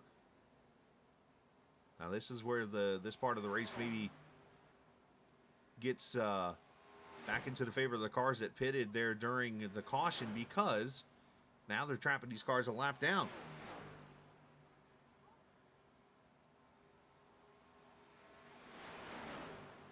There goes Carrington out of pit road with a 15.3 second lap. Obviously, it's going to bring others to pit road now. At the same time, though, to play counter here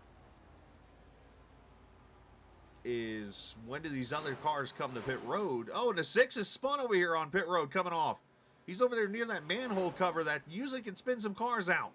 A lot of people can't see that on the sim, but there's an actual manhole cover coming out of pit road. If you get too far low, you hit the thing, you will spin out. And let's see if that's exactly what happened to the 6 here leaving pit road. There goes Carrington leaving pit road.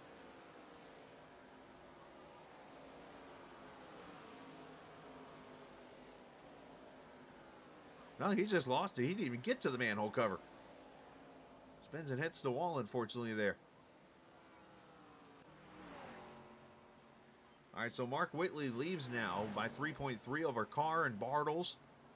And as we keep an eye on others right now, the first one off pit road with new tires is actually Finley Fitzsimmons right now. But Josh Dillon, Vandermeer, and Terrell on pit road.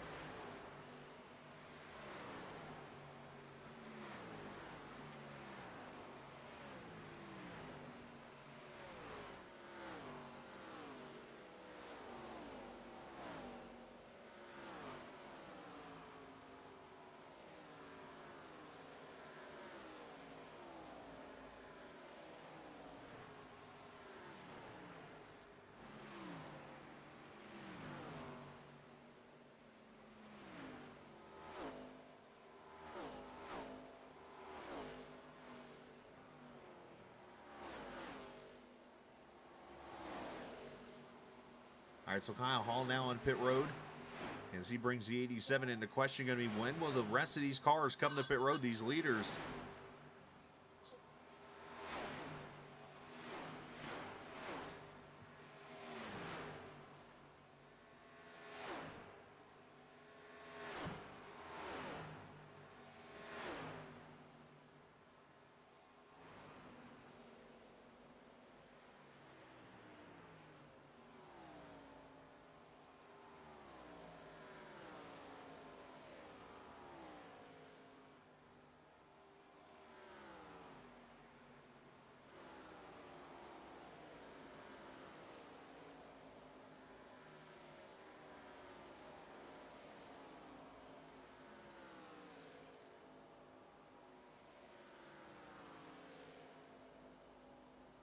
All right, so Whitley leads with 25 laps to go by, again, 3.5 over Bartles. Everybody is pitted all the way down to right here. This is your eventual leader of this race, and you see the 83 behind him. That is your eventual second place car once everybody pits. Finley Fitzsimmons leading this thing and trying to steal himself a victory here potentially tonight in this race. He's got to hold off a very hard charging Tooker, who's looking for his second win of the season. And that's once these guys come to pit road, but what these guys are playing is the caution card right now. There's Bartles, there's Alex Carr in third, there's Mark Dillon back here in fourth. And all these cars here are lapped down right now. If they get the yellow, then that traps all of these guys.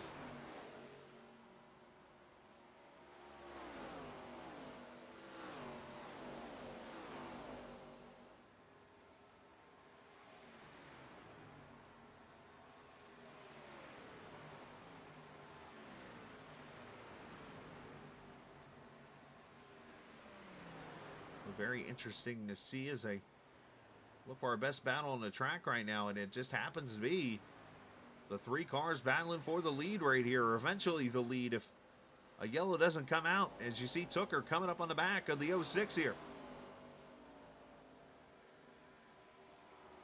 A race that, let's be honest, we didn't think was going to end under green, or was going to end in the scheduled distance of 134 laps. All of a sudden it's looked very promising here.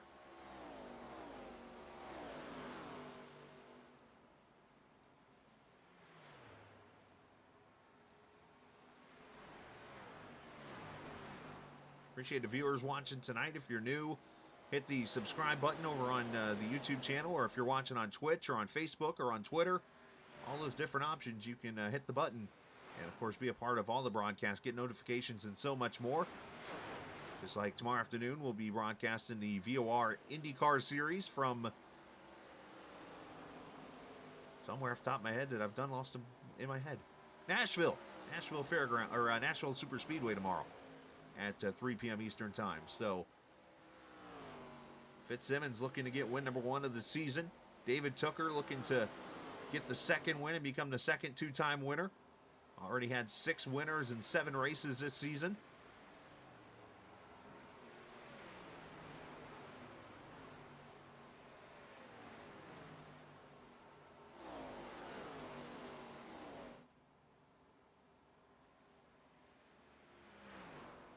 And if Fitzsimmons would win this race, he would become the 20th different winner in series history, as it would be his first series win here at Charlotte. So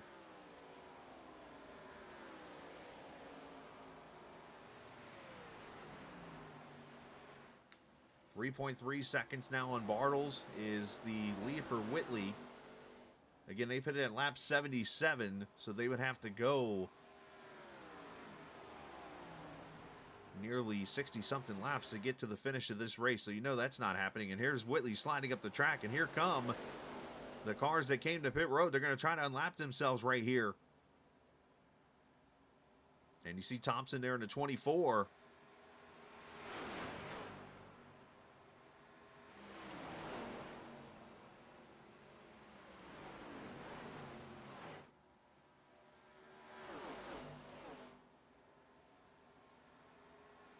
Took her about a 10th back or so. Let's go back here. Justin, Ray and Vander Morel all battling for the 19th position right now. Stephen Thompson there in front of them in a 24 car.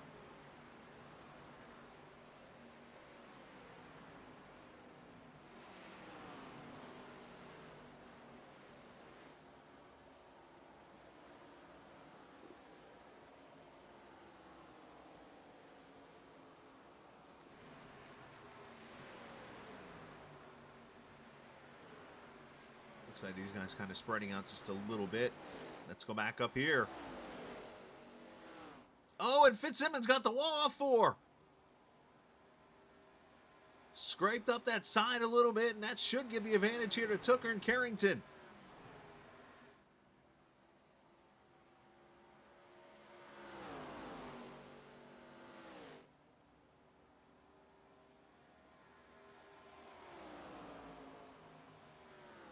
Trey Holmes trying to hold off Jonathan Cutlip back here in the 28 car for the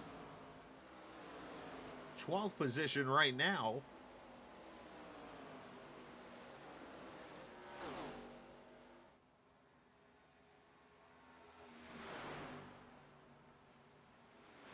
As Garrett Austin comes to pit road with 15 laps to go.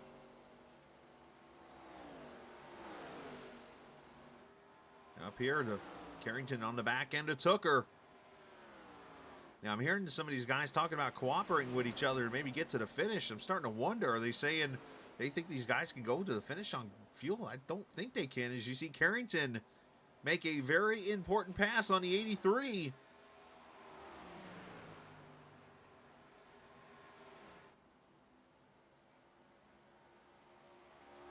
Now, can he get around the 06? And if so, Carrington could be on his way. And according, okay, they're close. That's very interesting. That would be 50... What was that, 57 laps on fuel? Well, you got to be doing a ton of saving.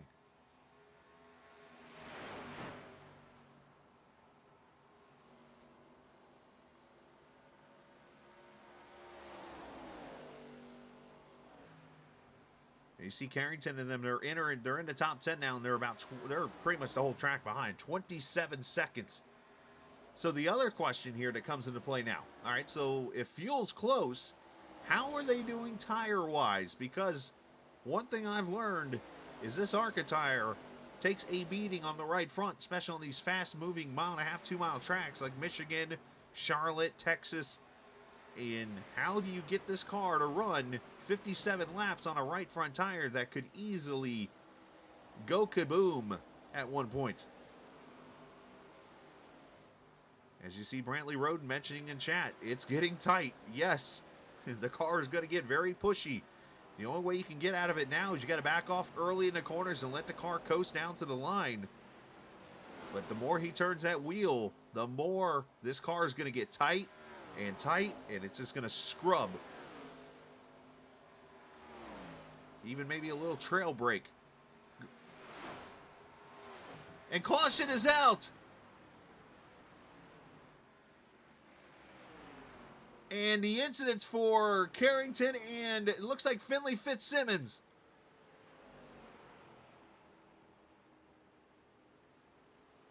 Oh, this changes everything.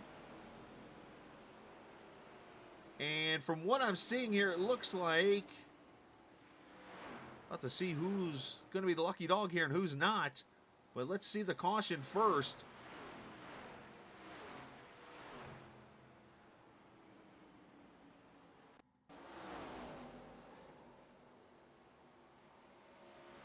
Oh, right there.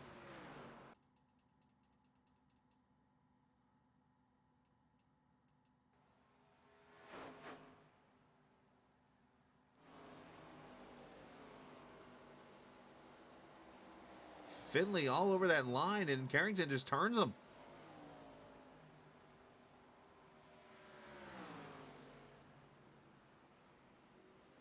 Let's go back a little further here, because I'm hearing that there were... Let's watch this whole entire lap here. So, I'm hearing the 9 say on the microphone that the 06 is blocking. Let's watch. 06 protecting bottom side here. Down into turn 1. Everything's okay right there. Let's watch. Okay, Casey gets his nose down. And look at this. Yeah, Fitzsimmons goes down to be defensive. I mean, that opens the door if you're me. I mean, it gets you both a bad angle into the corner. It allows Tooker to join. Casey gets to run off of turn 4 again. Fitzsimmons with a block. Protects the bottom side. Like I said, as far as I'm concerned, this is fair game now. Now, did Casey mean to spin him out? Probably not, but he probably meant to move him. And right there. But not to mention the apron didn't help the 06 at all. So we did have some pit stops, by the way.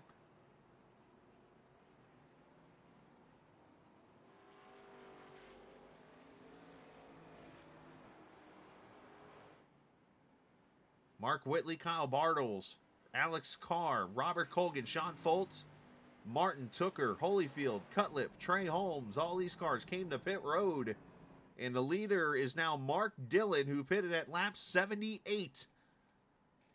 He's going to try to pull a Carrington at Nashville all over again here. And look who's going to run second as this happens. AC Carrington, who stays down after pitting at lap 101. So he's going to have a little bit older tires. Time is not an issue. 22 laps left on time. And now Carrington's coming to pit road, so he's going to give up second. And that hands this back to Mark Whitley and Kyle Bartles. So now we've gone from a potential first-time winner to a repeat winner here really quickly. How about Alex Carr in fourth? How about Robert Colgan in fifth?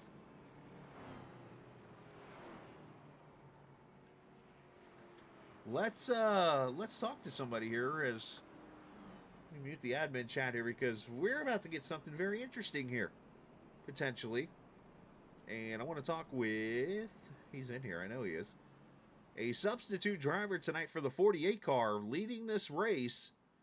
And you got to wonder if the pressure is on him. I'm going to bring Mark Dillon up here. Of course, Mark filling in this 48 car this evening. Mark, a very interesting strategy call here. I know it's been kind of hit or miss for you. You've been off strategy most of the night with tires. How do you feel here? 8 laps to go. Obviously, you're playing the caution card here.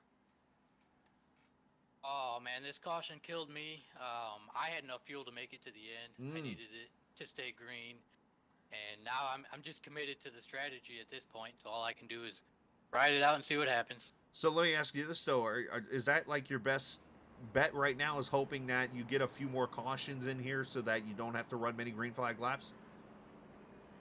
Yeah. If we get a green-white checker, then I'm gonna be out of fuel.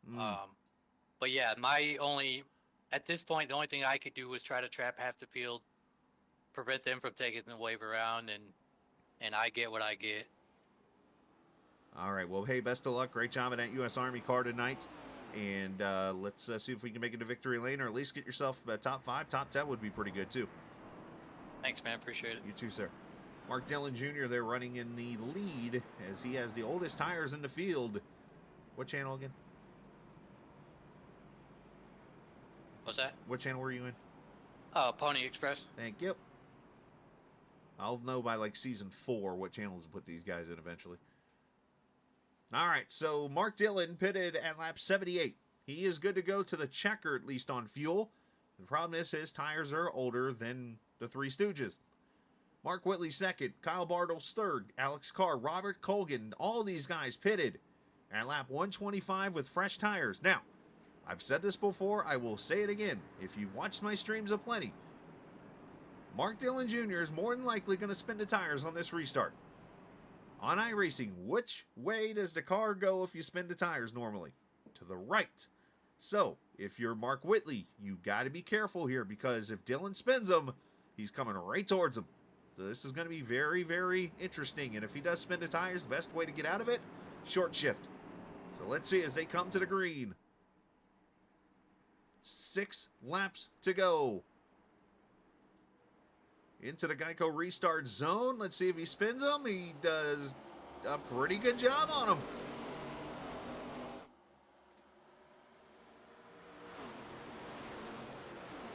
And right away goes to 74 to the lead. 3 wide mid-pack. David Tooker up the middle. Alex Carr looking low side on Bartles. Here comes the 1. And there goes the 1. Around with the 95 and a big wreck. Track blocker.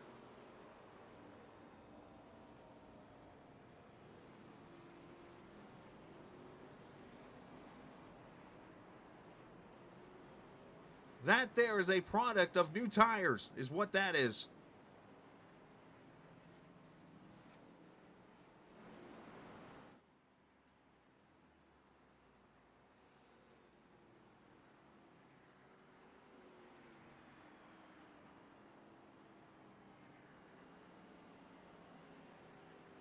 New tires will do that to you. Now, I would say they started up in second place, but the wreck actually happened behind them.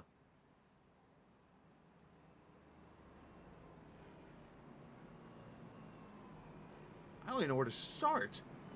Let's just click a button here and let's go back to... Let's start with the one car of Alex as he gets around the 48. And he's going to slide up the track. Bartles gets a great run, and the one gets loose, which actually allows the 95 to get up to him. So, you know what? Corey, I hate to disagree with you, but that's not his fault. But everybody else, though, new tires went spinning.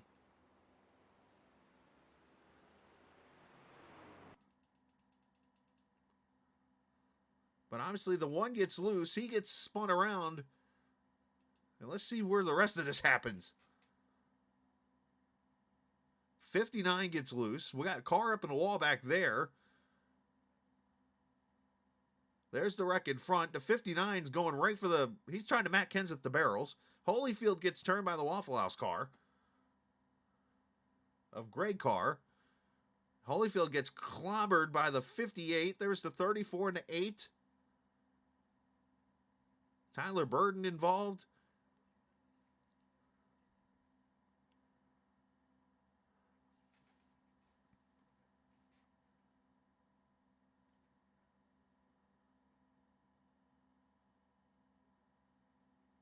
Zach Rogers is practicing his Roval race back there, and I see 28 of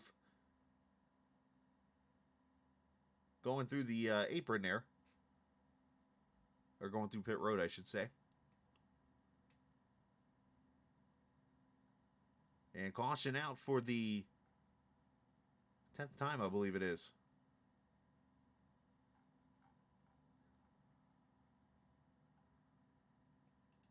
Let's try...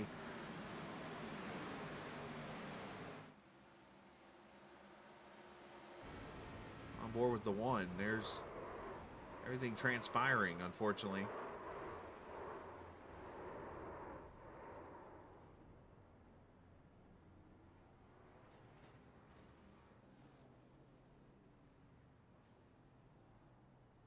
So they're saying that actually Holyfield officially getting blamed for the caution in the 50 car.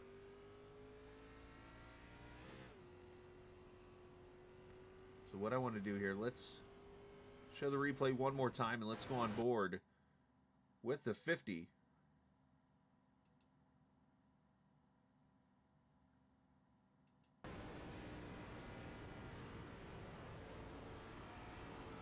Yeah, he gets loose right there.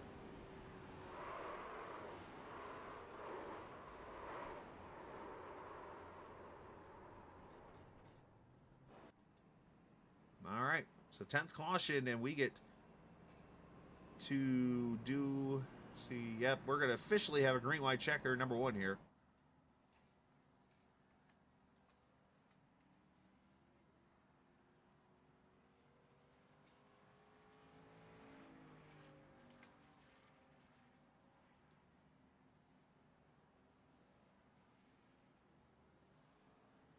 Mark Whitley, David Tooker, last two winners on the circuit. And then you got Robert Colgan in third. Mark Dillon Jr. still fourth. Casey Carrington, your top five. Trey Holmes, Kyle Bartles, William Martin, Zach Rogers, and James Silvers, your top 10.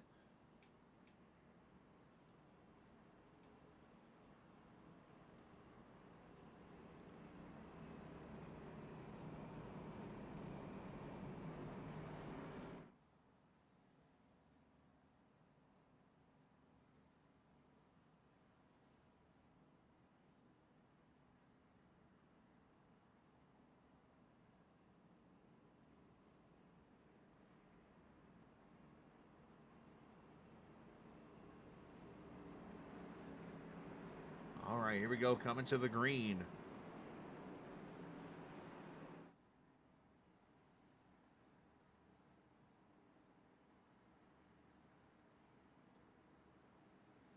Appreciate all the viewers watching tonight, helping the view counts.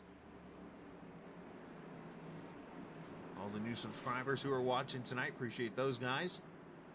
As we come to the green, 2 laps to go. It is green, white, checker, number 1 here from Charlotte. Whitley with a good restart on Tooker.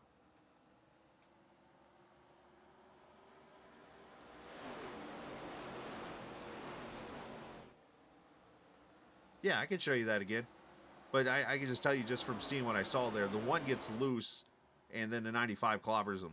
It was just, oh, and around goes the 25 into the wall. The Waffle House car of Greg Carr goes around back straight away and around. Almost Whitley with a save as Tooker goes to the front. White flag and everybody's wrecking off turn 4. Did they get the white before the caution? They did. They're still racing.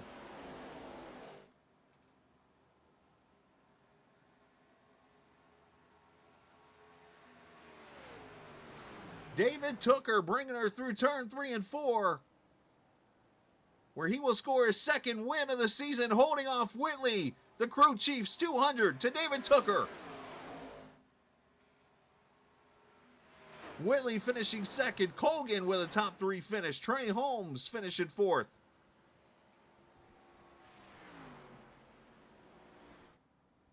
And we're going to have a good, interesting replay to show here for a minute.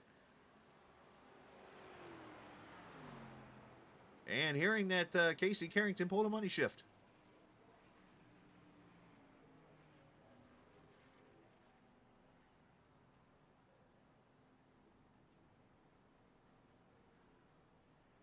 For Tooker's 2nd career win and 7th, his 7 career starts in the series.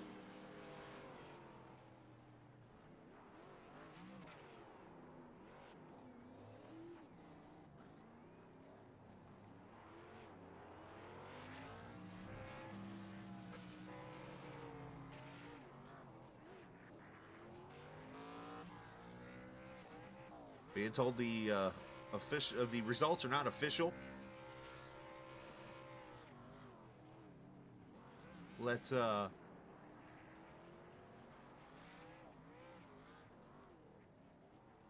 back here and let's take a look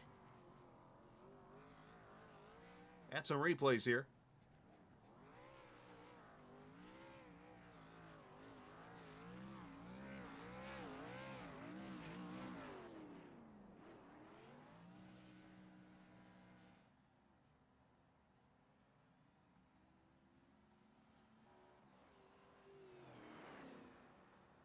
So everything pretty much takes off as the 25 goes around off turn 2. Look like contact there. And then everything pretty much breaks off right. All right, so there goes Greg Carr. There goes the 13 into the outside wall. And here's Zach Rogers. Everybody checking up. Mark Dillon there. And there's 17 gets loose. He goes in the wall. Carrington. Oh, there goes the tire barrier. Oh, dirt all over the place. And Zach Rogers got a little dirt on his boots, it looks like, unfortunately.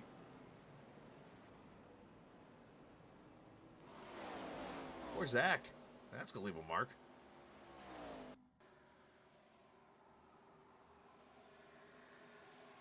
We'll show the replay again down the back straightaway. Let's go to Silvers this time. Obviously, the 48 there with the older tires.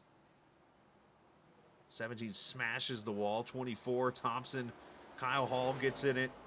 I mean, they're all just running wide open here, which, remember, there's not grass down there on the inside anymore. You can use that turf to an advantage.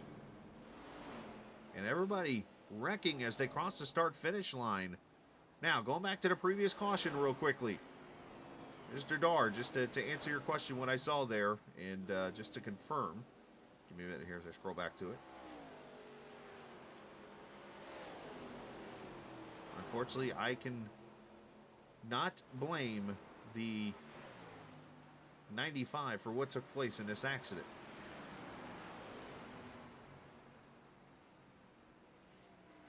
So let's go back to this lap right here, and this is where the one car of Alex Carr is running here second, makes the pass on the 48, and you're going to see right here gets loose, and it slows his momentum up, and 95 has nowhere to go and clobbers him.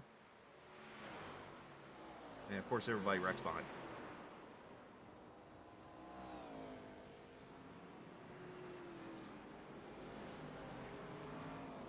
All right, so let's take a look at the results. On this Crew Chiefs Corner 200, David Tooker gets a second win of the season over Mark Whitley, who's got 2 top 2s in his first 2 starts. That's a pretty good average, I'd say. Robert Colgan finishing 3rd. I believe that's his best season finish. Trey Holmes 4th, another best season finish. And then Mark Dillon somehow survives on 50-lap tires to finish 5th. Jonathan Cutlip 6th. Mike Husby 7th. William Martin finishes 8th. Ron Holyfield 9th. And Kyle Hall finishing 10th. Stephen Thompson 11th. Sean Foltz 12th. James Silvers 13th. And again, all these guys are not official for this results for these guys. So it's obviously likely to change. Carrington 14th. Justin Ray 15th. Justin Vanderbilt 16th. Greg Carr 17th. Kyle Bartles 18th. And looking at the rest of the field, 19th goes to Zach Rogers. 20th to James Kugler. Garrett Austin 21st. 22nd, Tyler Burton. 23rd, Larry Knoll. 24th to Alex Carr. Josh Dillon finishing 25th. Daniel Martinez filling in for Matthew Weeks. That's going to hurt. 26th. Nick Terrell 27th. Alex Penn finishes in the 28th position. 29th to Finley Fitzsimmons. Craig Martin 30th. Cody McCorkle 31st. Chris Travis 32nd. Lane Doyle, Brad Delph, Jacob Feskinen, Jared Ziegler, Wyatt Nadel, and Zach Nurnberger finishing in the 38th position. The last 2 spots of those who started the race, Ryan Strunk and Matt Stewart finishing in 40th. So we'll talk to our top 3 drivers at least here. And who knows, maybe a little bit more of the post-race show. We'll have to see when all is said and done. But let's talk with the driver who finished in the 3rd position. If he is even in Discord right now. I do not see many people in Discord. Oh, never mind. They're up here in the waiting room. Hey, I should look harder. I'm either blind in one eye and can't see out the other or something else. All right, let's bring Robert up here. Robert, congratulations. Top 3 finish in what was a wild night of racing, but you took advantage of the pit strategy there at lap 100. That pit stop, you were able to get 4 new tires on, rock your way up there through the field, and do your part there and steal a top 3 finish. Yeah, I hate to finish 3rd in a race like that. The race was just an embarrassment Understood. early, and then it got cleaned up later on. But these guys just got to do better. They got to do better, lining up nose to tail, catch the pace car, and then, just race. I mean, there's no need to. We're not at Talladega, California, where at the restart we just got to spread out and shoot 3, 4 wide. Understood. Obviously, it's your first top 5 finish. I know, again, the race, as you well said, did not go the way you wanted tonight. Obviously, it's the way the situation has worked out, and to be able to pull your first top 5 out, obviously in 6 races, that's got to be something to have a smile about. Oh yeah, I mean, I'm happy for 3rd. I mean, teammate Kyle Bartles, he got a win earlier at Michigan. Which that race was a little bit of a embarrassment too. So it's sad that Colgan Enterprise, our good finishes are at crappy, races. But I'll still take it. I mean, it's nice. I mean, it was fun when we started going green, was racing and whatnot. But I don't know, man. I would have rather gotten credit for winning a plate race than getting a 3rd place here, because those races to people that don't count. So I almost feel like it don't count. So hopefully next week it cleans up and I can go earn another good finish, but with a cleaner race. And that's fair. Obviously, just a rough night of racing and that kind of thing. And next week is the Brickyard, 2.5 mile track. How much do you think plays a role? Let me twist it a little bit here. How much do you think plays a role into the fact that Charlotte and Michigan, the 2 races you've mentioned here, are 2 of the more frequently ran racetracks on iRacing, and with the ARCA car being such a grippy setup in it, creates this kind of racing out of it? I mean, they're both fun tracks. I mean, Charlotte's a fun track. I mean, it's got a lot of character to it. Um, I don't know. I mean, it's just good racing. I just, uh, the racing will be fine. Guys just need to quit chattering so much during the race. They just need to put their head down and go race, and then they can talk later. I mean, that's really all I got to say about it. I mean, it's just quit talking. Just go race, do your thing, follow your heads up display. Just go racing.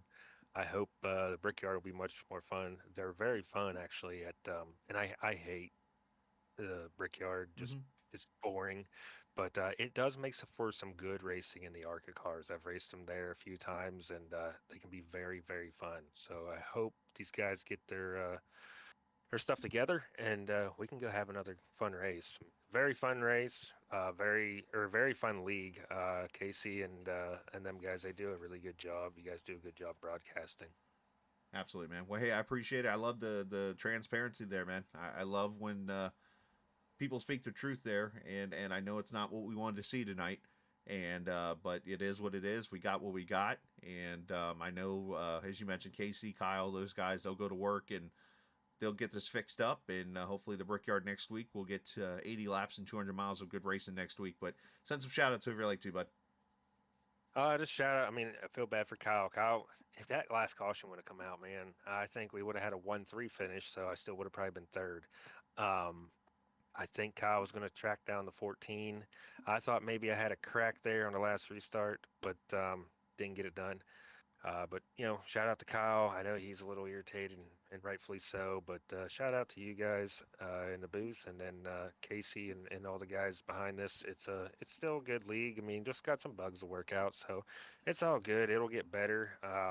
Just like anything, you have a couple rough patches. Absolutely, man. Well, great job tonight. Congratulations on your third, and we'll see you next week, bud. Thank you. Yes, sir. Robert Colgan, third place finish, and definitely he brought up some very valid points, and obviously has the right to his opinion, and I can't say I disagree or agree or anything like that. I mean, he had his views of the race. He was in the car. He was out there running the race, and it is what it is. Unfortunately.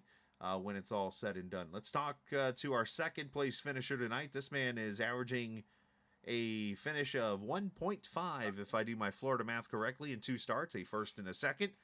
Can't get really much better than that other than a win and a win, and that came pretty close, Mark. Let's talk about the restart, though, at the end.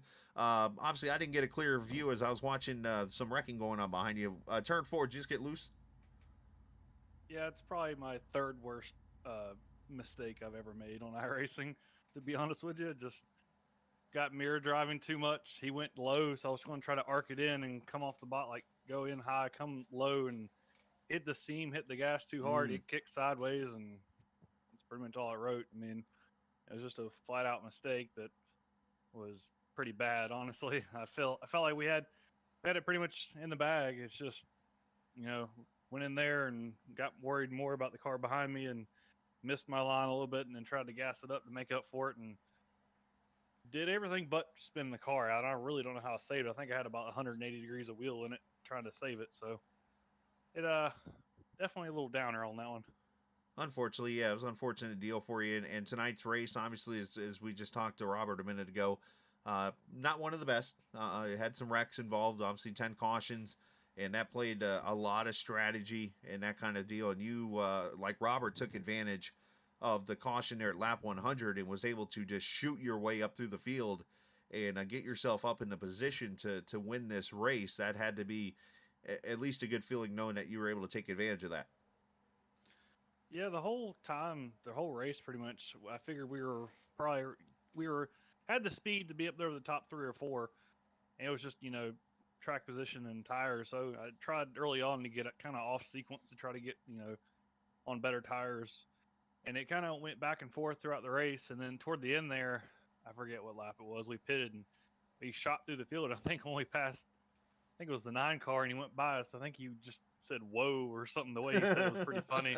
Just on those fresh tires, it felt like Superman. And that was the perfect time for the race to go green, and then when we went green, I didn't think we were going to have enough gas. I thought we were going about 5 or 6 laps short. But then the longer the run went, the fuel kept getting closer and closer. So started saving a little bit, and I was about anywhere from a lap to half a lap to the good.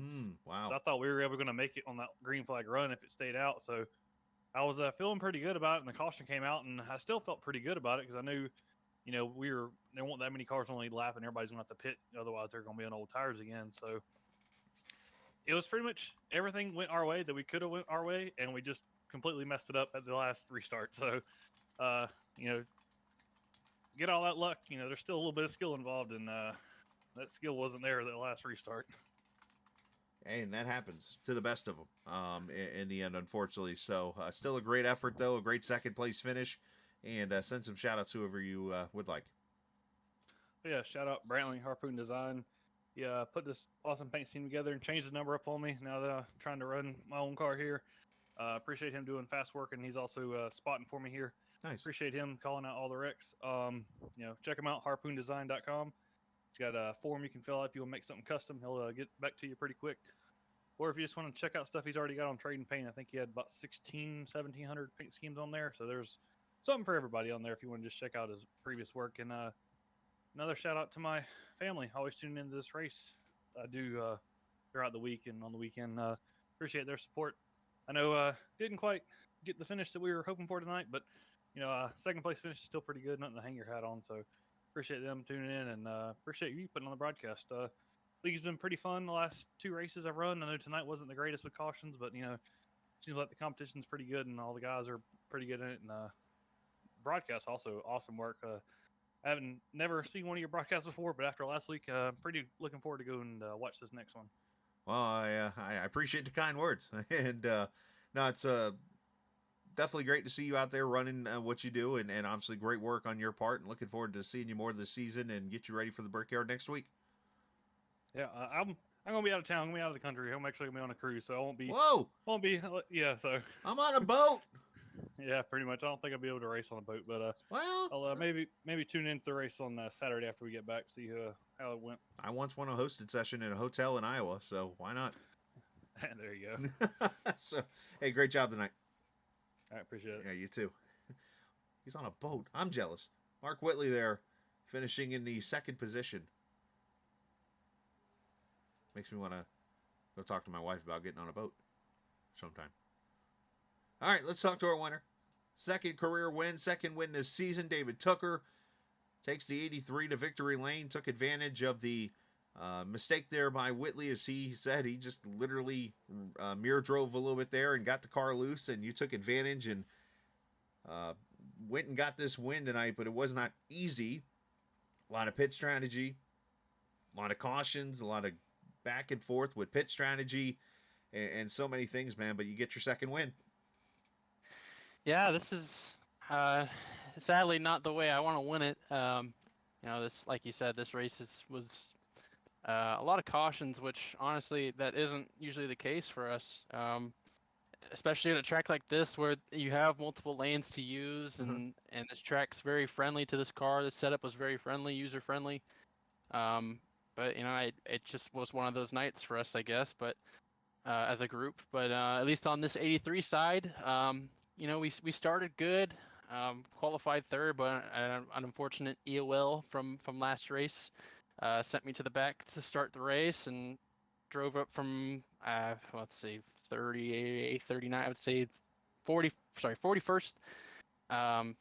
Was able to drive our way through the field. Found ourselves just outside the top 10, about halfway, not halfway, probably about a quarter of the way through the race. And getting through that top 10 was pretty tough. The pace is so close, lap times are so close, the skill is so close between the top 15 cars in this field that it's just so hard to move up through. It was just a matter of, if you were in the right lane for the restarts, which I felt that was the outside, you could carry so much momentum off of turn 2 with just the banking drop off, and going down into turn 3, you could clear the guy next to you by the time you get to turn 3. There was just so many things you had to deal with that were pivotal moves in the race as far as how it was going to play out, and just got lucky with some tire calls, got lucky with saving a set towards the end with the late caution, and had to make some aggressive moves on the restart to put ourselves in position. And like you said, Mark just drove it a little too hard, which honestly I would have probably done the same thing. You gotta do everything you can to defend, and especially in that position, I had the better tires. He had the track position. He had to drive it in there to stay with me, and just how this car goes. If you push it a little too over the limit, it bites, and it bought Mark. But we were able to capitalize and come away with the win. Let's talk about the racing itself, because I know I brought it up to one of the drivers I just spoke with. I think it was Colgan. I brought it up to, and I want to bring it up to you. How much does the fact that Michigan and Charlotte are two tracks that have, as you called it, driver-friendly setups, and tracks that you look at are probably two of the most frequent, if not the most frequent tracks outside of Daytona, Talladega, that people host, and that kind of factor, how much does that play a role, you think, in causing the, if you will, wreckfest that have happened in those two races, compared to, say, a track like Indianapolis, where we go to next week, where we run here and there and maybe some hosted races, but nowhere near as much as these two tracks? I think it's just with Michigan, the pace, a lot like Charlotte, the pace between the field, between each car is so similar. We're running side by side, we're running within the track limits, and sometimes, a guy moves too far left or too far right, and you make contact. It's Right. just the way it goes. And it's really weird because, like I said, it really sucks because those are two tracks that, like you said, are on schedules in every league you come into. That's a NASCAR series, so it kind of makes me upset. That this is a track we should be running green at, and in Michigan as well. There's a lot of room to race there, especially here. I felt like we had a lot of room to race. If you were on the bottom, you could make it work. If you were in the middle, you could make it work. It was just late in the race, the outside lane wasn't working, so there was definitely room to race. That definitely wasn't an issue. I personally think with the car being so neutral as it was, I don't really, at least me on my side, I didn't feel like the car was necessarily any tight or loose in any sort of part of the run. Maybe in the beginning on fresh tires it was loose on the exit of the corner, but throughout the run it definitely tightened up. But I think what happens is when you have a car that's so neutral, everybody is going to be that much closer to each other as far as pace.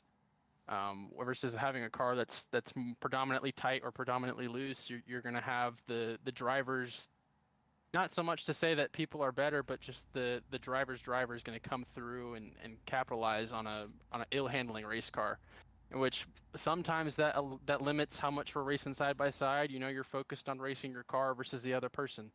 And I think that was just what it was tonight. Is just this car was almost too perfect. Everybody was fighting for every inch. With the way the race started, with caution after caution, we had to be more aggressive on restarts to try to gain track position. And I was one of those. I was trying to gain every spot I could, because you never know when the next caution is going to come out. So I think it was just a mixture of a lot of things.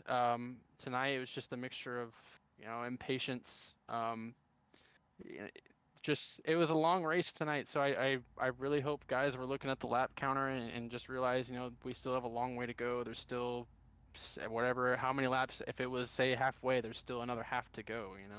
It's you're setting yourself up for the end of the race, but you also got to play it smart. Well, great job tonight, man. I know it's not the best race in the world to win tonight, but you know what? You did it. Your name's on the winner's trophy tonight. So great job there, and shout out to whoever you like to. Yeah, I want to give a huge shout out to everybody at Mountain Man Motorsports. Robert Hill Jr., my team owner. Brought home a championship with Zach Rogers and getting second in the points for him last year. So it was just an awesome year for us last year, and coming into this year, we feel we got the same group, same chemistry that can go out there and win races like we're doing. So it's just, I'm happy to be a part of this team. So many great guys. Guys I've known for years and guys that I've just met and just added to making friends out here. Everybody, like I said, everybody at Mountain Man Motorsports, everybody at All American ARCA. I know tonight wasn't a very good race for us as a group, and we've proven that we can do better. So I really hope that our racing product can improve for everybody watching at home, and we can go back to putting on good, clean races for you guys. But Like I said, everybody at All American ARCA, JD Designs, he whipped this car up for me about 2 weeks ago, and it's gotten 2 wins so far this year. So I think we're gonna run it for the rest of the year. But huge shout out to him and his work. His work's very beautiful. Love racing his cars, and just a great person, great friend. I've known him for years. And obviously you, Chris, for what you're doing up in the booth for us. Really appreciate it. Absolutely, man. Well, great job tonight. Congratulations. And we'll see you next week. Alrighty, thank you. You too. That is our winner tonight, David Tooker, who goes to victory lane for the second time this season.